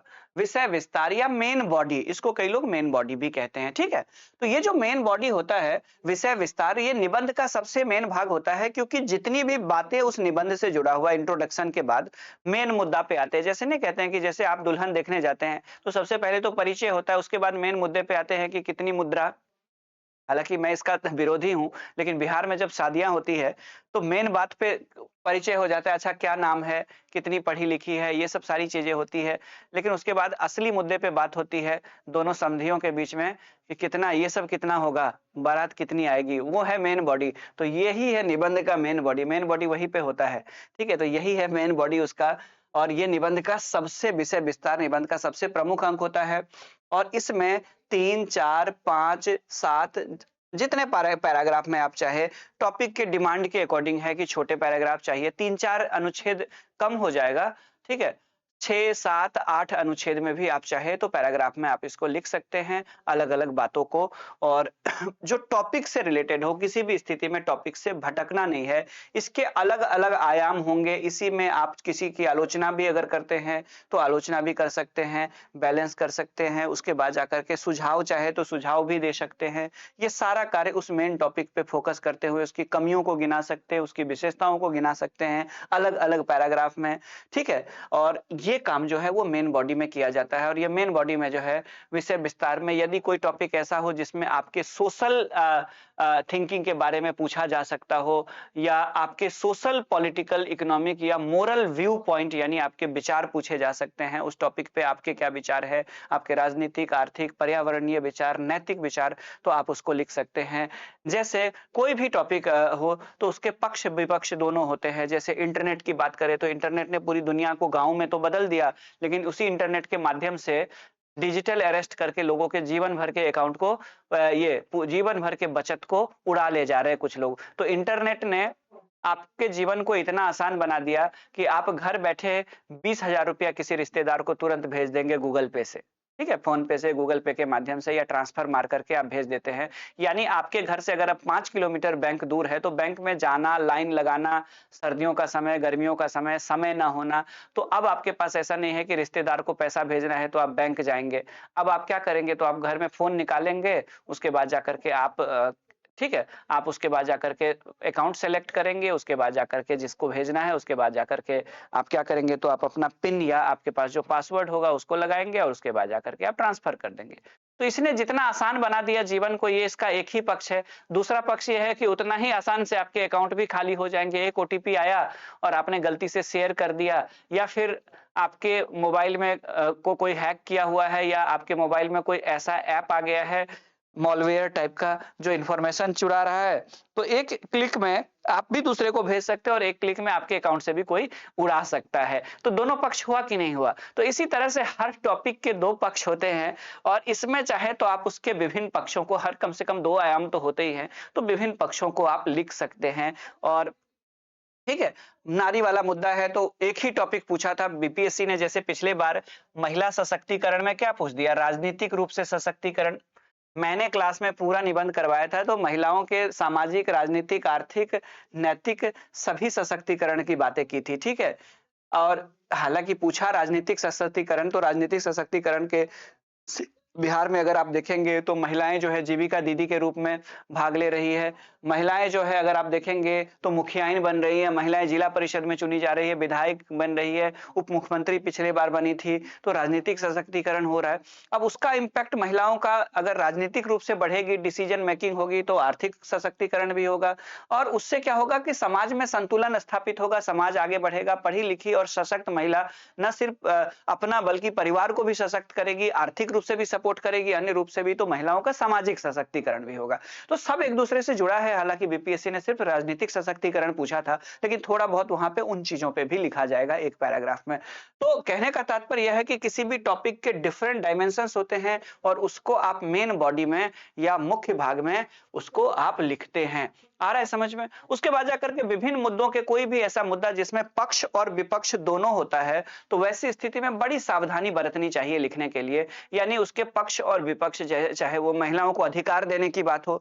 हम लोग एक तरफ देखते हैं कि महिलाएं बड़ी मात्रा में, हजारों महिलाएं बिहार में या भारत के अन्य भागों में, बिहार में तो ज्यादा, दहेज के कारण जलाई गई या सताई गई। इसमें कोई झूठा नहीं है कि हजारों ऐसे महिलाओं के साथ हुआ। लेकिन जब महिलाओं को बचाने के लिए दहेज विरोधी कानून लाया गया, तो हजारों पुरुषों को झूठे केस में दहेज विरोधी कानून में न सिर्फ पुरुषों को बल्कि पूरे उसके ससुराल वालों को भी फंसाया गया। और अभी आपने अतुल करके कुछ है ना, उनका मामला आपने अभी बेंगलुरु में देखा होगा, जो समस्तीपुर के एआई इंजीनियर थे। तो कहने का मतलब है कि दोनों पक्ष हुआ कि नहीं। एक पक्ष ये डिमांड कर रहे हैं कि नहीं, दहेज के मामले में ज्यादातर मामले झूठे होते हैं। कोर्ट ने भी माना है, विशेषज्ञ, कानूनी विशेषज्ञों ने भी माना है कि दहेज के ज्यादातर मामले झूठे होते हैं। 90% तक मामले कई बार देखा गया है, एससी एसटी एक्ट में भी ये देखा गया है कि 90% तक मामले झूठे होते हैं दहेज मामले में भी। लेकिन जो 10% होता है उनकी भी संख्या लाखों में है। तो क्या लाखों व्यक्ति को न्याय नहीं मिलना चाहिए? यदि हम दहेज विरोधी कानून को हटा दे या एससी एसटी एक्ट को हटा दे, तो वो लाखों लोग कहां जाएंगे, किसके भरोसे जाएंगे, उनको कौन न्याय देगा? ठीक है, तो यही चीजें हैं। अब इसी में समाधान निकालना है आपको कि यानी ऐसी स्थिति हो कि जो महिलाओं का घरेलू हिंसा हो, उससे भी उस महिलाओं को भी संरक्षण मिले। और घरेलू हिंसा के नाम पे, ठीक है, घरेलू हिंसा के नाम पे जो महिलाओं के द्वारा किसी पुरुषों को ये किया जाता है, प्रताड़ित किया जाता है मानसिक रूप से, आर्थिक रूप से, उसका भी कोई समाधान निकले। यही इंटेलेक्चुअल लोग हैं समाज में। 1-2% ही ऐसे इंटेलेक्चुअल लोग होते हैं, नहीं तो बाकी लोगों के अगर अभी आप विचार देखेंगे तो बाकी लोगों का क्या कहना है कि घरेलू हिंसा कानून को हटा दीजिए। घरेलू हिंसा कानून को तो हटा देंगे, लेकिन उन बेचारी महिलाओं का क्या होगा जो शादी करके ससुराल में गई और बिगड़े हुए बेटे से उसके माँ बाप ने अपने बिगड़े बेटे की शादी इसलिए गरीब परिवार की लड़की से करा दी कि बेटा सुधर जाएगा शादी के बाद। लेकिन सुधरने के बदले में बेटा 1 बजे रात को आता है, बीवी को पीटता है, ठीक है, उस लड़की के जीवन को नर्क कर दिया है। उसको कहां से संरक्षण मिलेगा, कानूनी संरक्षण? तो दो जो पक्ष होंगे उसमें आपको दोनों में से किसी पक्ष में नहीं जाकर के आपको संतुलित करना है कि यानी आपको एक ऐसी समस्या का एक ऐसा समाधान ढूंढना है जिसमें महिलाओं के खिलाफ घरेलू हिंसा भी ना हो, ठीक है, दलित या वंचित वर्ग को सताया भी ना जाए और किसी को झूठा भी फंसाया ना जाए। और यही समाधान कौन निकालते समाज में? 1% या उससे भी कम लोग होते हैं और वही इंटेलेक्चुअल होता है। और एक ऑफिसर से यही डिमांड की जाती है कि वो एक इंटेलेक्चुअल व्यक्ति हो, क्योंकि उसके जीवन में कई बार ऐसी आएगी कि उसके पास, ध्यान से सुन लीजिए इसको, उसके जीवन में इस निबंध का के ही माध्यम से देखिए कैसे आपका जीवन प्रभावित होता है। तो आपके पास कई बार ऐसे आएंगे कि 4 गरीब जो है वो प्रधानमंत्री आवास मांगने वाली स्थिति में होंगे, मांग रहे होंगे आपसे, और आपके पास प्रधानमंत्री आवास के सिर्फ 2 स्लॉट बचे होंगे, सिर्फ 2 स्लॉट अभी बचे हुए इस साल के लिए, और 4 लोग मांगने वाले हैं और आप देख रहे हैं कि चारों गरीब है। तो उस स्थिति में आप किसी धर्म संकट में ना पड़े, दोनों मुद्दों को देखें। ऐसा नहीं कि मेरे जाति का तो नहीं है ये, उसको मैं दे दूंगा, इस तरह के पक्ष चीजें ना पड़े। एक संतुलित ढंग से देखें कि चारों ही गरीब है, लेकिन उन चारों में सबसे ज्यादा किसको जरूरत है। ठीक है, सबसे ज्यादा किसको जरूरत है उसको अभी दे देते हैं और 2 को अगले बार में लौट जब आएगा। तो ये चीजें जब डिसीजन लेती है तो ये धर्म संकट वाली स्थिति होती है और ये एक अधिकारी तभी बेहतर ढंग से ये कर पाएगा यदि उसने निबंध को बेहतर ढंग से पढ़ा है कि निबंध में मैं जिम्मेदारी लेता हूं कि आप ऐसे पर्सनैलिटी, चूंकि एथिक्स तो है नहीं यहाँ पे बीपीएससी में, तो मैं जिम्मेदारी लेता हूं एक ऐसे ऑफिसर बनकर के आप निकलेंगे जो इस तरह के जिम्मेदारी को बड़े ही बेहतर ढंग से आप निभा पाएंगे, संतुलित कर पाएंगे। अगर आप चीजों को संतुलित ढंग से किसी भी मुद्दे पे लिख पाते हैं तो इसका मतलब आपका विचार संतुलित है और यदि आपका विचार संतुलित है तो जीवन के किसी भी क्षेत्र में जब बड़ी जिम्मेदारी दी जाती है जहां पे डिसीजन मेकिंग, क्योंकि ऑफिसर्स और क्लर्क में यही डिफरेंस होता है कि क्लर्क जो होता है वो डिसीजन मेकर नहीं होता है, लेकिन जो ऑफिसर्स होते हैं उनको कई बार ऑन द स्पॉट डिसीजन लेने पड़ते हैं और ऑन द स्पॉट जो डिसीजंस होता है वही व्यक्ति बेहतर ले सकता है जो बैलेंस हो। ऐसा ना हो कि डीएम है तो किसी को थप्पड़ मार दिए, बिना थप्पड़ मारे ही वहां पे समाधान निकाला जा सकता था। मैं ये नहीं कहता हूं यूपीएससी पे क्वेश्चन नहीं उठाता हूं कि उन्होंने गलत आदमी को चुन लिया, लेकिन मैं ये कहता हूं कि बिना थप्पड़ मारे ही वहां पे, चूंकि वो भी सिविल सर्विसेज का एस्पिरेंट था, बिना थप्पड़ मारे ही डिसीजन वहां पे कुछ ना कुछ बेहतर सॉल्यूशन निकाला जा सकता था। तो यही तो व्यक्तित्व है, पर्सनैलिटी है लोगों की।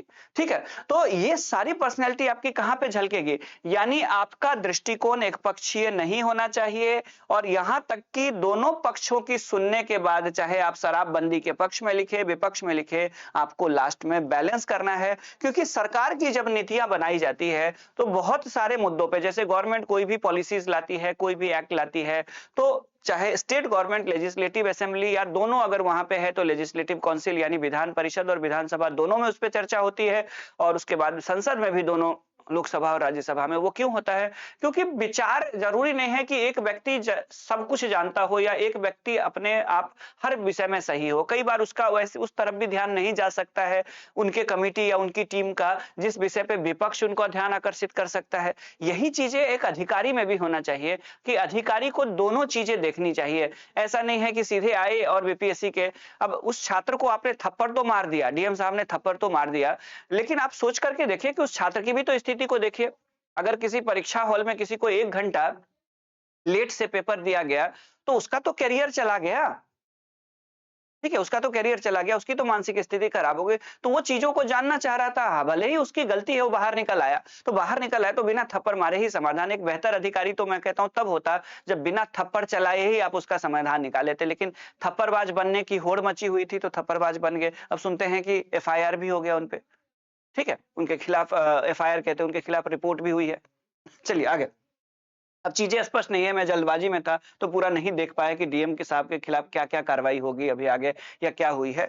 ठीक है, तो ये हो गया। तो मुद्दों पर आपका दृष्टिकोण कभी भी क्या होना चाहिए, एक पक्षीय नहीं होना चाहिए।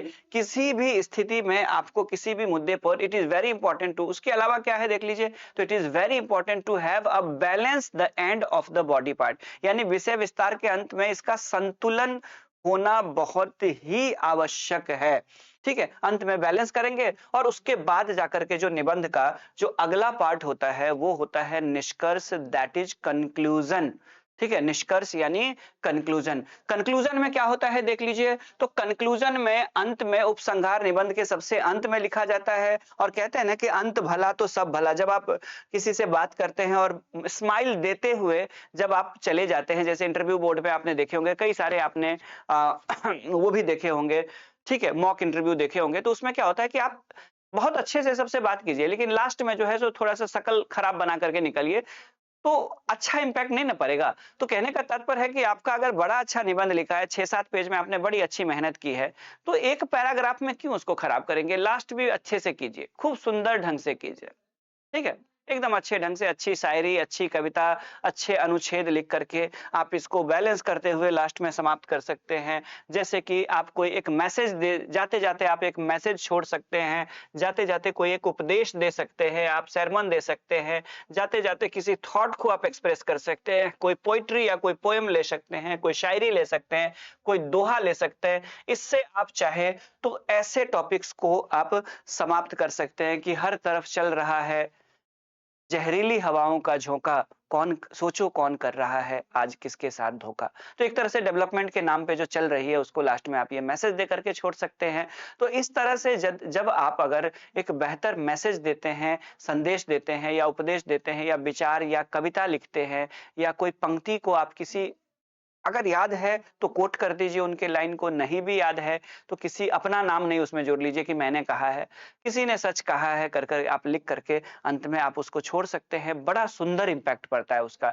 यानी जाते-जाते जब आप कोई भी ऐसा मुद्दा हो जिस पे अगर आपने ऐसी कोई शायरी या लिख दी, तो अंत में जो उनका मन था कि इस निबंध में 100 में मैं इनको 55 दूँ अभी तक, सीधे बढ़ करके उनका मन हो जाएगा कि 60 दे देता हूँ, क्योंकि बड़ा अच्छा इसने खत्म किया, ये शायरी तो जम गया। ठीक है? तो शायरी, कविता, दोहा मैं इतना लिखवा दूँगा क्लास में कि आपको मज़ा ही आ जाएगा। ठीक है? और आगे मैं आपको बता भी दूँ कि जो बीपीएससी ने 69वीं बीपीएससी में जो निबंध पूछे थे, सभी निबंध को एक-एक पर मैं आधे-आधे घंटे का लेक्चर लेकर के कि इसको कैसे लिखा जा सकता है, उस पे भी मैं आगे यूट्यूब पे वीडियो डालता रहूँगा। जब तक लाइव क्लास स्टार्ट नहीं होती है, तब तक उन टॉपिक्स पे, ताकि आपको पता तो चले कि ये टॉपिक को कैसे लिखा जाता है। आप जज कर सके क्वालिटी को कि क्लास कैसे चलने वाली है आपकी। चलिए ठीक है, तो निष्कर्ष इस तरह से हम लोग लिखेंगे। अब निबंध लिखते समय किन-किन बातों का ध्यान रखा जाना चाहिए, ये भी जानना ज़रूरी है। Things to keep in mind while writing an essay, यानी निबंध लिखते समय जैसे एग्जाम में हम लोग वो करते हैं कि प्रीलिम्स, अभी मैंने एक मैसेज जारी किया था कि प्रीलिम्स में एग्जाम में अपीयर होंगे तो क्लासरूम में या एग्जाम हॉल की रणनीति बताई थी कि एग्जाम हॉल में आपको क्या रणनीति होनी चाहिए। तो यहाँ पे मैं आपको बताऊंगा कि निबंध लिखते समय किन-किन बातों का ध्यान रखना चाहिए। तो विषयों को पढ़ के समझ ले। कई बार ऐसा होता है कि जल्दबाजी में हम विषय को पढ़ते हैं, पूछ रहा है आम और लिख रहे हैं इमली, आपने समझा इमली। जब आपने इमली पे 2 पेज लिख दिया तो पता चला कि तब ध्यान से एक बार दोबारा देखे तो पता चला ये तो आम पे पूछा था। तो 2 पेज, न सिर्फ आपने 2 पेज आपको काटना पड़ा, आपका एनर्जी भी खराब हुआ, ठीक है? आपका एनर्जी भी बर्बाद हुआ, आपका कंसंट्रेशन भी खराब हुआ और आपका समय भी निकल गया हाथ से। कहते हैं ना कि सब कर लेना, लम्हे ज़ाया मत करना, ठीक है? सब कर लेना, एक शेर है बड़ा फेमस है किसी शायर का, मुझे उनका नाम नहीं याद आ रहा है, कि सब कर लेना लम्हे ज़ाया मत करना, गलत जगह पर जज़्बे ज़ाया मत करना। ठीक है? तो कहने का तात्पर्य यह है कि कुछ भी कीजिए, समय बर्बाद मत कीजिए और गलत जगह पर अपनी फीलिंग को बर्बाद मत कीजिए। तो यहाँ पे तो वही, आपने जल्दबाजी में उसको आम पढ़ लिया जबकि वो था इमली और आपने आम पे लिख दिया 2 पेज। आम इमली पे नहीं पूछेगा, मैं जस्ट एक मजाक में कह रहा हूँ, एग्जांपल दे रहा हूँ। तो आपको ध्यान से टॉपिक को पढ़ लेना है, समझ लेना है कि अरे भाई कहना क्या चाहते हो। नहीं, एक मीम बड़ा पॉपुलर है कि अरे भाई कहना क्या चाहते हो। तो आपको यहाँ समझ लेना है कि वो क्या कहने चाह रहे हैं, ठीक है? या आपसे क्या जानना चाह रहे हैं। रफ पेज पर सिनॉप्सिस बना लेना चाहिए। सिनॉप्सिस क्यों जरूरी होता है? जैसे आप देखेंगे कि कोई भी जब बड़ी योजना जो होती है तो उसका ब्लूप्रिंट तैयार किया जाता है, ठीक है? तो इसी तरह से आपका सिनॉप्सिस एक बन जाना चाहिए कि मैं इस टॉपिक को जब समझ गया तो इसमें मुझे क्या-क्या बातें लिखनी है। ठीक है? तो टू द पॉइंट जो है, एक स्ट्रक्चर उसको कहते हैं। मैं क्लास में सिखाता हूँ और मैं इतने स्ट्रक्चर बनवाता हूँ, हर टॉपिक का न सिर्फ स्ट्रक्चर या सिनॉप्सिस बनाता हूँ, लेकिन मैं बनाता हूँ, बल्कि जब मैं आपको अभ्यास के लिए कुछ टेस्ट पेपर भी देता हूँ अपने क्लास को, जो रेगुलर क्लास वाले स्टूडेंट हैं उनकी कॉपी भी चेक करता हूँ, तो उनको सिनॉप्सिस बना करके टेस्ट पेपर देता हूँ ताकि वो इससे बेहतर ढंग से लिख सके। तो सिनॉप्सिस आप जरूर बना ले, क्योंकि सिनॉप्सिस बनने के बाद, सिनॉप्सिस एक तरह से आपका रास्ता है और इसी रास्ते पे आगे आपको चलना है और इसी रास्ते पे चलने के लिए आपको एक रास्ता बनाना है। तो सिनॉप्सिस एक रास्ता है। इससे क्या होगा कि आपका निबंध आगे पीछे नहीं होगा, कोई बात आगे कोई बात पीछे चली गई, ऐसा नहीं। एक सिस्टमैटिक ढंग से तब चलेगी जब उसका प्रॉपर स्ट्रक्चर बना हो, ठीक है? तो सिनॉप्सिस आपको जरूर बना करके चलना है, ठीक है? उसके बाद जाकर के रफ पेज पे बना के रख लेंगे अपने ही उसी कॉपी के रफ पेज पे। अलग-अलग प्रकार के अनुच्छेदों को एक दूसरे के साथ जोड़े। ऐसा नहीं कि एक पैराग्राफ कुछ और कह रहा है, दूसरा पैराग्राफ कुछ और कह रहा है। जब कोई पैराग्राफ खत्म हो रहा है तो वो सिर्फ खत्म नहीं हो रहा है, बल्कि वो एक उसकी तरह है। कैंडल क्या होता है? कैंडल में आप देखिए कि लौ खत्म हो जाती है। आप कहते हैं कि कैंडल जल रही है, लेकिन कैंडल में एक ही लौ नहीं होती है, हर सेकंड में वो लौ बदलती रहती है। लेकिन उनका जो क्रम ऐसा होता है कि आपको कभी ऐसा नहीं लगेगा कि जब तक उस कैंडल में, जब तक उसका मोम रहता है, पिघला नहीं रहता है, तब तक वो कैंडल जलते रहती है। और कैंडल के बीच में जो आग होती है, जो लौ जल रही होती है, उन लौ और एक लॉ और दूसरे लॉ के बीच में इस प्रकार की क्रमबद्धता होती है कि आपको पता ही नहीं चला कि वो लॉ समाप्त होकर के वो दूसरा लॉ जल रही है, ठीक है?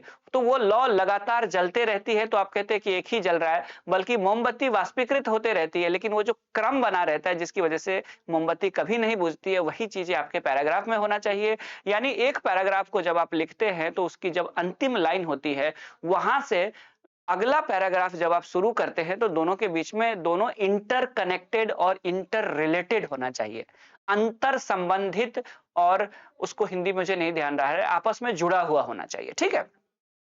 तो पैराग्राफ एक दूसरे से जुड़ा होना चाहिए, और ये चीजें कब सीखेंगे, जब बहुत सारे निबंध लिखेंगे। निबंध के लेक्चर सुनने से सिर्फ नहीं आएगा। मैं बार बार इसी चीज को बता रहा हूं कि पटना से लेकर के दिल्ली तक लोग निबंध पे लेक्चर दे रहे हैं। सिर्फ निबंध के लेक्चर देने से काम नहीं चलेगी, क्लास में 30-35 निबंध लिखवाने से काम चलेगी, ठीक है। चलिए आगे बढ़ते हैं। तो एक दूसरे से जुड़ा होना चाहिए। निबंध के आरंभ में और अंत में कविता की पंक्तियों, मुहावरों का भी उल्लेख कर सकते हैं। यानी अगर कोई ऐसे का मेन बॉडी अगर शुरुआत कर रहे हैं तो उसमें भी कविता मैंने वहीं पे बताया था, और अंत भी कविता या शायरी से आप कर सकते हैं। ये चीजें मैंने वहां पे बताई थी।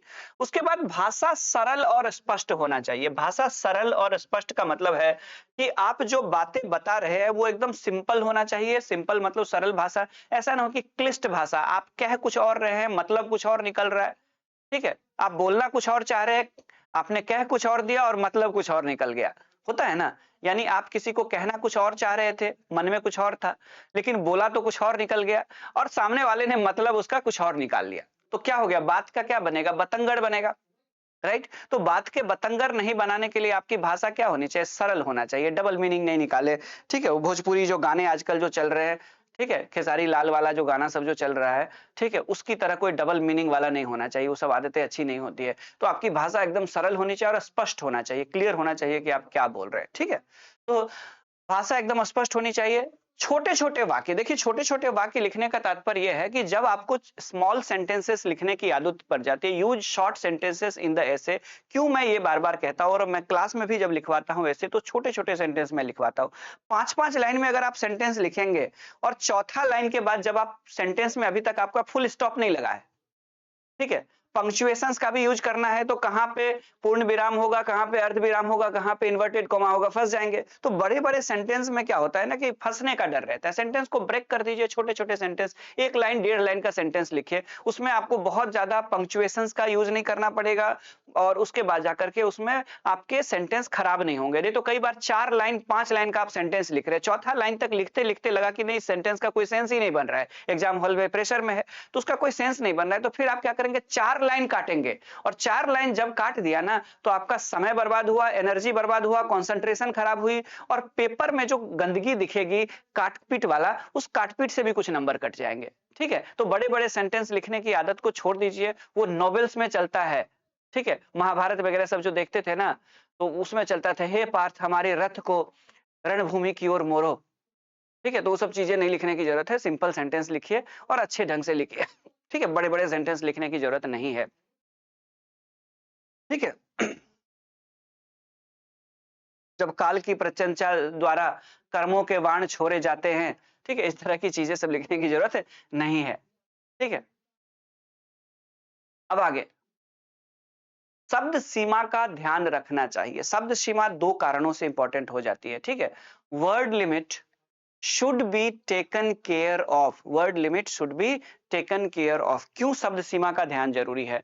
यदि आपसे 700 से 800 शब्दों में निबंध पूछा गया है, अगर आप 600 शब्दों में निबंध लिखते हैं, तो कई बार हो सकता है कि टॉपिक के सभी आयाम को कवर ना कर पाए, जबकि 100 अंक उस टॉपिक के सभी आयाम को कवर करेंगे, तब 100 अंक के अनुसार आपको आपको जज किया जाएगा। आप एक ही पहलू लिखे हैं तो आपको उस हिसाब से ही जज किया जाएगा। तो जितनी शब्द सीमा है उससे अगर आप कम लिखते हैं, तो कई बार हो सकता है कि उसके किसी एक डायमेंशन को आप मिस कर रहे हैं, और किसी एक डायमेंशन को मिस कर रहे हैं तो उसके लिए जो निर्धारित 15 या 20 नंबर है 100 में, वो आपका पूरा मिस हो जाएगा, आपको जज किया जाएगा। यानी आपको किसी भी मुद्दे पे पक्ष विपक्ष दोनों में लिखना था, आपने पक्ष लिखा और विपक्ष नहीं लिखा, तो उसके लिए यदि इंट्रोडक्शन के लिए 10 नंबर निर्धारित है, कंक्लूजन के 15 नंबर, कंक्लूजन के लिए 10 नंबर, 25 इधर हो गया, और उस मुद्दे के डिफरेंट पार्ट्स के लिए 25-25 नंबर, 75 है, तो एक पार्ट को अगर आप मिस कर जाएंगे, अगर जरूरत से ज्यादा कम शब्द में लिखेंगे तो एक पार्ट मिस कर गए, तो आपका मूल्यांकन 75 अंक के आधार पर होगा। ध्यान से इस चीज को समझिए, ठीक है, तो स्वाभाविक रूप से आपका मूल्यांकन अगर वैसे होगा तो स्वाभाविक रूप से आपके अंक कम आएंगे। तो शब्द सीमा से कम लिखने पे कई बार आप टॉपिक के साथ जस्टिफाई नहीं कर पाएंगे, और टॉपिक के साथ अगर जस्टिफाई नहीं कर पाएंगे तो आपका मार्क्स भी कम हो सकता है।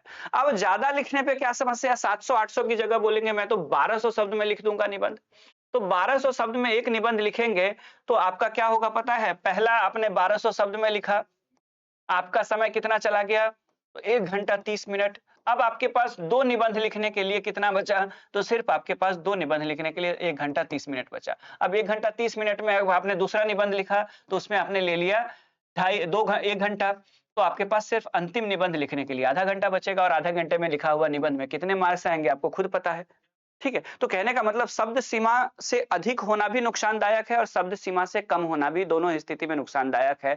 और ये चीजें आप तब दूर पर कर पाएंगे जब क्लास में निर्धारित शब्द सीमा पे आप 30-35 निबंध मेरे देखरेख में लिख लेंगे, यानी मेरे गाइडेंस में यदि आप निबंध लिख लेंगे तो कभी भी आपकी कलम वहीं जाके रुकेगी जहां पे कलम को रुकना चाहिए, न उससे आगे न उससे पीछे। यानी आपकी कलम बार बार वहीं पे जाके रुकेगी, उसी जगह पे, लिमिट पे, जहां से आपको समय का भी नुकसान नहीं होगा और आपका टॉपिक भी पूरा हो जाएगा एग्जाम हॉल में। समझ रहे हैं इस चीज को? तो छोटे अब तो शब्द सीमा का ध्यान रखें। कई बार देखा गया है कि 10th के एग्जाम में, ग्रेजुएशन के एग्जाम में जब आपको चीजें नहीं आती है तो आप पेज भरने के लिए बार बार उसी को रिपीट करते रहते हैं, उसी पॉइंट को, और आपको लगता है कि मेरा ये पेज भरा हुआ देख करके कॉलेज के जो टीचर्स होंगे जो मेरे कॉपी को चेक करेंगे, इवेलुएट करेंगे, वो मार्क्स दे देंगे। दे भी देते हैं क्योंकि उनके पास समय नहीं होता है। मैं ये नहीं कहता कि सारे प्रोफेसर ऐसा करते हैं, लेकिन कई बार ऐसा देखा गया है कि पूरी कॉपी को लोग अच्छे से चेक नहीं करते हैं, सिर्फ सुंदर हैंडराइटिंग और भरे हुए पेज के आधार पर भी कॉलेज में नंबर मिलते हैं, मार्क्स मिलते हैं। ठीक है, इस बात से इनकार नहीं किया जा सकता है, लेकिन वहां पे किसी का किसी से कंपटीशन नहीं होता है, ध्यान रखिए इस चीज को। लेकिन यहाँ पे एक व्यक्ति को ये छांटने वाला एग्जाम है जिसमें छांट करके किसको छांटना है, अधिकतर को छांट करके परफेक्ट व्यक्ति को लेना है। तो यहाँ पे एक एक शब्द पढ़े जाएंगे, एक एक लाइन पढ़े जाएंगे, एक एक क्या कहते हैं पंक्चुएशंस को चेक किए जाएंगे, यानी क्या कहते हैं विराम चिन्हों को, कहाँ पे आप इन्वर्टेड कॉमा डाल रहे हैं, कहाँ पे डबल इन्वर्टेड कॉमा डाल रहे हैं, कहाँ पे किस लाइन में आप फुल स्टॉप का यूज कर रहे हैं, किसको आप ब्रैकेट में लिख रहे हैं, किसके लिए आप क्वेश्चन मार्क लगा रहे हैं टॉपिक लाइन में, कि कहां पे आप एपोस्ट्रोफी का यूज कर रहे हैं, इसमें आप बोधक चिन्ह जिसको कहा जाता है, कहां पे प्रश्नवाचक चिन्ह लगा रहे हैं। ये सभी चीजें सुंदरता बढ़ाती है निबंध को।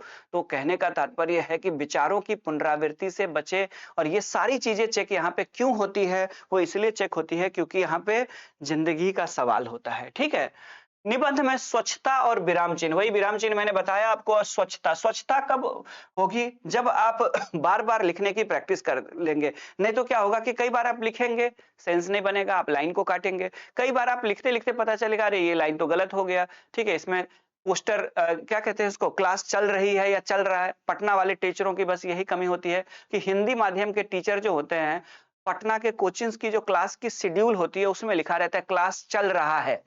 बताइए, शिक्षण संस्थान में इतनी वो है कि उनको पता नहीं है कि कक्षाएं संचालित होती है या संचालित होता है। ठीक है, तो क्लास चल रहा है अगर टीचर ही लिख रहा है, भोजपुरी मगधी और हिंदी को मिक्स करके खिचड़ी पका करके क्लास में, वो आपको पीटी पास करा देंगे रटा करके, लेकिन वो भाषा अच्छी नहीं है, उस भाषा को ठीक कीजिए, कम से कम सिविल सर्वेंट बनने जा रहे हैं आप लोग। ठीक है, तो कहने का तात्पर्य हुआ कि निबंध में स्वच्छता कब आएगी, जब ज्यादा काटपीट नहीं होगा। और ज्यादा काटपीट कब नहीं होगा, जब आपकी भाषा अच्छी रहेगी। तो आपको क्या करना है, तो विराम चिन्हों का प्रयोग करना है, स्वच्छता रखनी है। लेकिन कई बार ऐसे ब्लंडर हो जाते हैं और गलत इंफॉर्मेशन लिख देते हैं और आपको लगता है कि अगर इसको पढ़ेंगे तो नेगेटिव इंपैक्ट होगा, तो उसको काटिए, उसको सुधार कीजिए। या कहीं पे आपने जल्दीबाजी में फुल स्टॉप नहीं लगाया, या आपने कोई कॉमा नहीं लगाया, लंबा सेंटेंस लिख दिया, कॉमा नहीं लिखाया लिया, या कहीं पे आपने मिस्टेक कर दिया, जैसे कि आम तौर पर मैं देखता हूं 100 में 99 बच्चे जो होते हैं ऐसे लिखते हैं, हिंदी मीडियम के बच्चे ऐसे बीमारी। मैं तो हॉस्पिटल के पर्ची पे भी, बड़े बड़े बिहार में प्राइवेट हॉस्पिटल की पर्ची में ऐसे लिखा हुआ मैंने देखा है, बीमारी, यहाँ सभी बीमारियों का इलाज होता है, ऐसे लिखा रहता है बीमारी। जबकि होता कैसे है देख लीजिए, ऐसे। तो ये छोटी छोटी गलतियां हैं जो बड़े बड़े छात्र ही नहीं करते, बड़े बड़े संस्थान भी करते हैं। ये गलत है और ये सही है। ठीक है। तो इसी मैं जब कॉपी चेक करता हूँ छात्रों के, जब आंसर चेक करता हूँ तो उनकी ये सारी अशुद्धियों को दूर कर देता हूँ और जब एक बार आपकी अशुद्धि दूर हो जाती है, पकड़ में आ जाती है, तो फिर जीवन में आपकी वर्तनी या भाषा संबंधी अशुद्धियाँ दूर हो जाती है। पोस्टर साटा नहीं जाता है, पोस्टर चिपकाया जाता है, ये आप सीख लेते हैं। नहीं तो पटना वाला भाषा है ना, पोस्टर साट दिया, मतलब समझ में आ रहा है? तो पोस्टर साटा नहीं जाता है, पोस्टर चिपकाया जाता है। तो ये सब चीज़ें कब सीखेंगे? जब आप क्लास करेंगे, ठीक है? तो भाषा और वर्तनी यानी आपकी लैंग्वेज और आपकी स्पेलिंग में एरर नहीं होना चाहिए।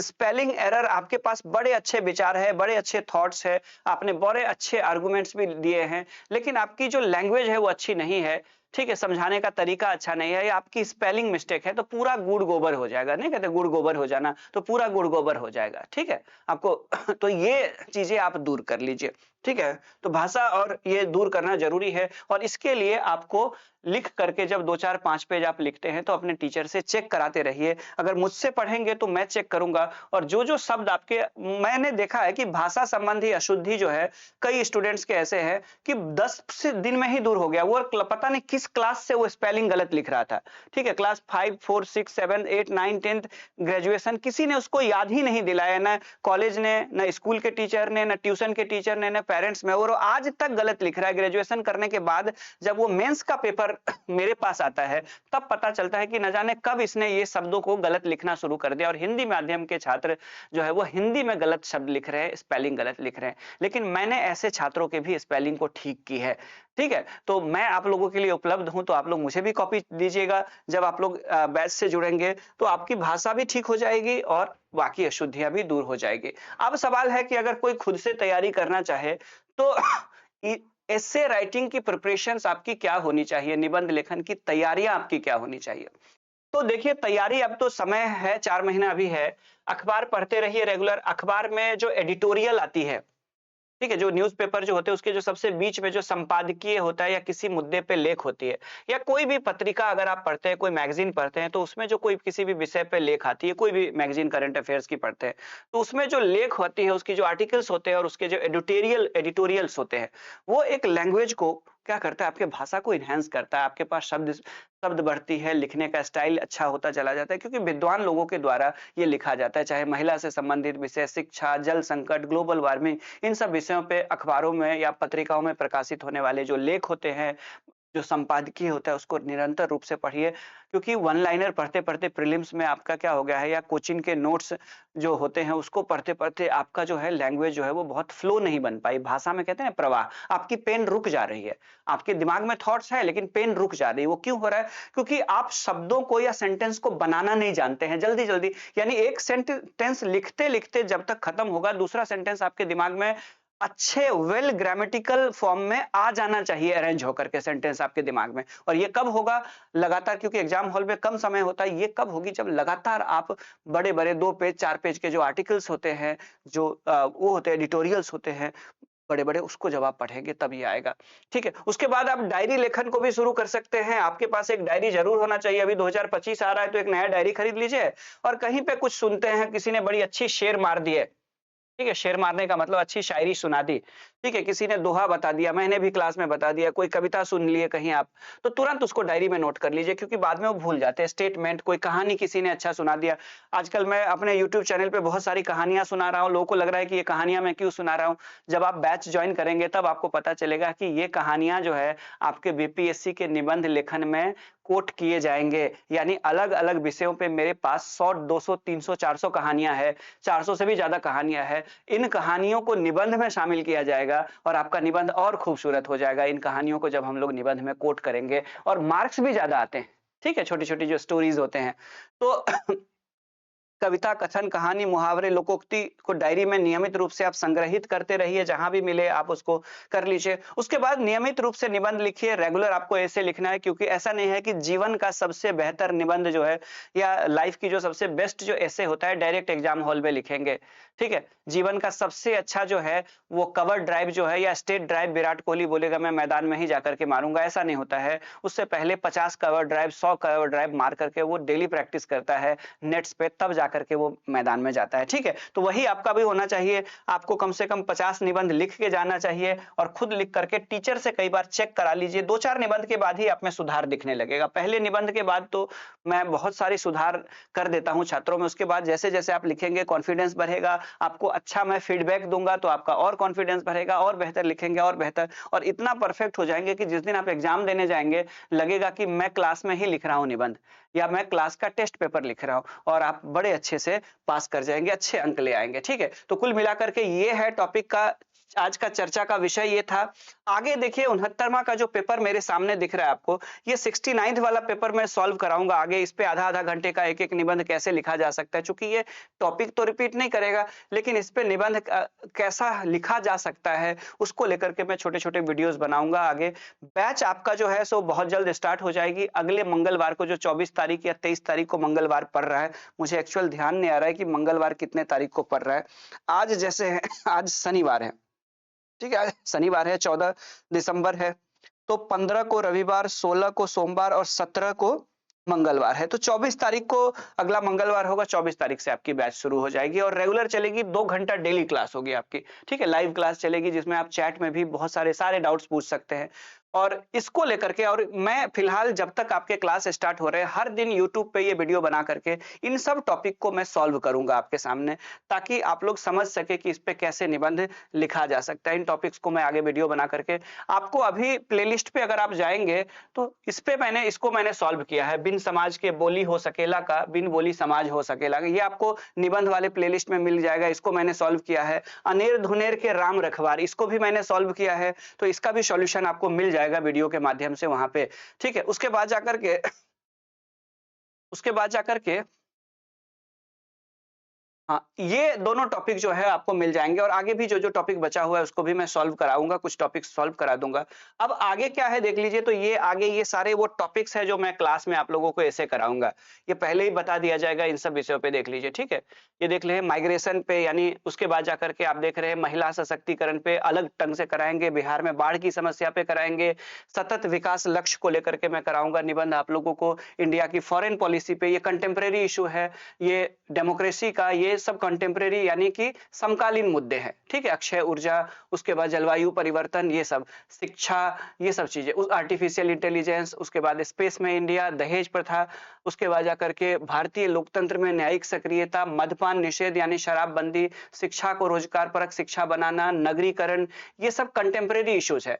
उसके बाद क्या होगा, फॉर्मेट हमारा कैसा होगा देख लीजिए क्लास का, तो एक दार्शनिक टॉपिक लेंगे, 2 समसामयिक टॉपिक लेंगे और 2 लेंगे मुहावरे वाला टॉपिक। जैसे देख लीजिए, बिन घरनी घर भूत के डेरा, ये भोजपुरी मुहावरा है, बिलैया के नजर मुसवे पर, इस सब टॉपिक पे मैं करा दूंगा। काठे के हाड़ी बार बार नहीं चढ़ेला, जैसन देखी गांव के रीति वैसन उठावी आपन भीति, मुर्गा न रही तब बिहाने न होई, उसके बाद जाकर के लाठी के मारल भुला जाला लेकिन बाती के नहीं, उसके बाद जाकर के खेत खाए गधा मार खाए जुल्हा, उसके बाद न खेलब न खेले देव खेलबे बिगाड़ब, घर पुटे गवार लूटे, बकरी के माई कबले खरजुतिया मनाई, चिड़ई के जान जाए लइका के खिलौना, पेट में खर नहीं सिंग में तिल, ये मैथिली है, वो सब भोजपुरी था, ये मैथिली है। उसके बाद जाकर के हर बहे से खर खाए बकरी खाए अचार, जे भोज ने करे से दाल बड़ सुड़के या दाल बड़ पीबे, मारी माछरे उपजी खत्ता, इसका तो मैंने कराया भी था यूट्यूब पे। बाप छल पेट में पुत गेल गाया,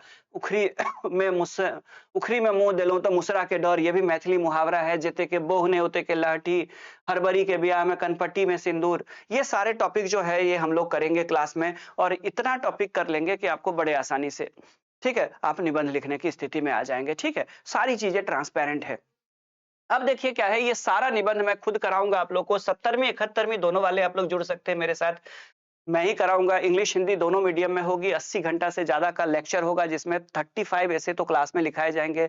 10 से ज्यादा, 10 तो इसमें दिया हुआ है मैंने, 10 से भी ज्यादा मैं मॉडल ऐसे भी आप लोगों को प्रोवाइड करूंगा, सिनॉप्सिस बना करके, जिसको आप प्रैक्टिस कर सके। दार्शनिक विषय पे भी चर्चा होगी, समसामयिक विषय पे भी चर्चा होगी, भोजपुरी और मैथिली, ये टॉपिक मैं पहले ही दिखा दिया आप लोग को। फीस जो है एक न्यूनतम राशि रखी गई है। कोई भी संस्थान मिनिमम अगर राशि नहीं लेगी तो कैसे चलेगा, मेरा भी रोजगार है। आप भी एसडीएम बन करके भले ही राज्य की सेवा करेंगे लेकिन आप आर्थिक उपार्जन वो आपका करियर है। तो हम शिक्षक हैं तो हमारा भी ये करियर है। तो स्वाभाविक रूप से एक मिनिमम फी रखी गई है और मिनिमम फी इतना रखा गया है कि अफोर्ड कर सके बिहार के बच्चे। मेंस का सवाल है, मेंस आपका करियर से जुड़ा हुआ है और ये 300 वाला पेपर है जिसमें मैं 200 नंबर लाने की जिम्मेदारी लेता हूँ, 200 नंबर दिला सकता हूँ मैं। तो मिनिमम फीस रखी गई है। अब इसको ज्वाइन कैसे करना है, हाउ टू ज्वाइन, तो आपको चैनल के डिस्क्रिप्शन में भी अवेलेबल है, ऐप का लिंक दिया गया है। ऐप है Ravi Kumar Jha JH education. Play store पे ऐप ऑलरेडी अवेलेबल है, बहुत सारे स्टूडेंट डाउनलोड कर रहे हैं, मेरे पास आ रहा है सारा डाटा।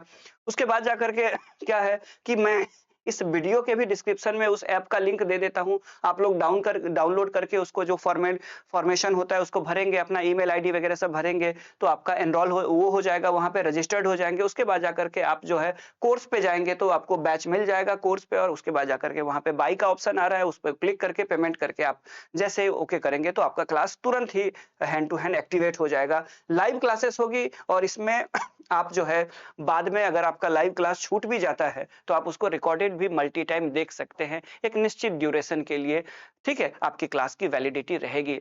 ठीक है, तो ये सारा का सारा प्रोसेस है, समझा दिया। आगे मैं कुछ जो प्रीवियस ईयर में आया हुआ है उसको मैं सॉल्व करूंगा आप ही के सामने, छोटे-छोटे सॉल्यूशन वाले वीडियो बना करके, और हम लोग 24 तारीख को मिलेंगे लाइव क्लास में। ठीक है, तो आप अपने दोस्तों के साथ भी शेयर कीजिए। अगर आप गंभीर छात्र हैं तभी जुड़िएगा। अगर आपको एग्जाम पास करना है और वो पास सिर्फ भाषण से नहीं होगा, वो होगा लेखन से। तो भाषण वाले शिक्षकों से बचे, लेखन जरूरी है। और इतना लिख ले कि जब एग्जाम हॉल में जाए तो आपको एक जनरल रूटीन लगे, आपको लगे कि ये तो मेरा डेली का रूटीन है लिखना। तो जीवन में सबसे अच्छा आंसर एग्जाम हॉल में डायरेक्ट नहीं लिखा जाता है, उससे पहले कई बार जीवन में क्या करना पड़ता है, अभ्यास करना पड़ता है। आपने अगर कभी वीडियो देखा होगा तो आपने बाज को कभी शायद देखा होगा, नहीं देखा होगा तो मैं बता दूं कि एक बाज जो पानी ऊपर से कई फीट ऊपर जब उड़ रहा होता है और पानी के अंदर एकाएक नीचे आता है और पानी के अंदर से अपने नाखून से झपट्टा मार के पानी के अंदर की मछली जो जल की रानी होती है उसको नाखून में फंसा करके उड़ जाती है। तो वो उसके लिए आसान काम क्यों होता है पता है? क्योंकि आपने अगर वो वीडियो नहीं देखा है तो मैं बता दूं आपको कि पेड़ पर बैठ करके या हवा में तैरते हुए एक बाज जो होता है अपने पंजे को से प्रैक्टिस ऐसे ऐसे करके करते रहता है, हवा में कई हजार बार वो प्रैक्टिस करते रहता है, तब वो परफेक्ट होता है कि एक झटके में पानी के अंदर जाता है और मछली को ऐसे करके नाखून में गड़ा करके उठा करके ऊपर ले आता है। वो इसलिए वो बाज कर पाता है क्योंकि वो हवा में मारने की प्रैक्टिस करता है, जैसे एक तलवारबाज प्रैक्टिस करता है, एक निशानेबाज, एक बैट्समैन, वैसे हवा में वो बाज झपट्टा मारने की निरंतर अभ्यास करता है। मैंने वो वीडियोस भी देखे हुए, अगर आप लोगों ने में नहीं देखे हैं तो आप लोग भी सर्च करेंगे तो मिल जाएगा। तो इसी तरह आपको निरंतर आंसर लिखने का प्रयास करना है और जब आप आंसर लिखने का प्रयास करेंगे तो स्वाभाविक रूप से सफलता मिलेगी।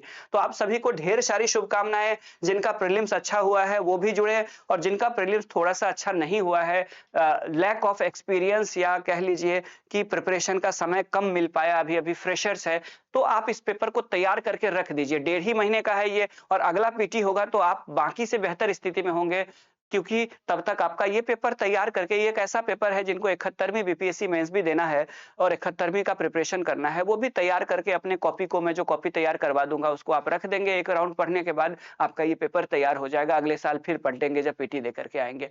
तो 70वीं 71वीं दोनों स्टूडेंट जुड़ सकते हैं। तो उम्मीद है आप लोगों ने इस सेशन को एंजॉय किया होगा और चीजों को समझा होगा। गंभीर छात्रों के लिए आपको एक और बता दूं कि आपको पता है कि करंट अफेयर्स के मैक्सिमम जो मैंने अभी पीडीएफ दिए थे, एक भरोसा उससे भी आपको बना होगा। पीटी में क्वेश्चन आसानी से नहीं लड़ते हैं, लेकिन कई सारे करंट अफेयर्स के क्वेश्चन बिहार और नेशनल इंटरनेशनल वाले डायरेक्ट आ गए हैं, आपके नोट से आ गए हैं।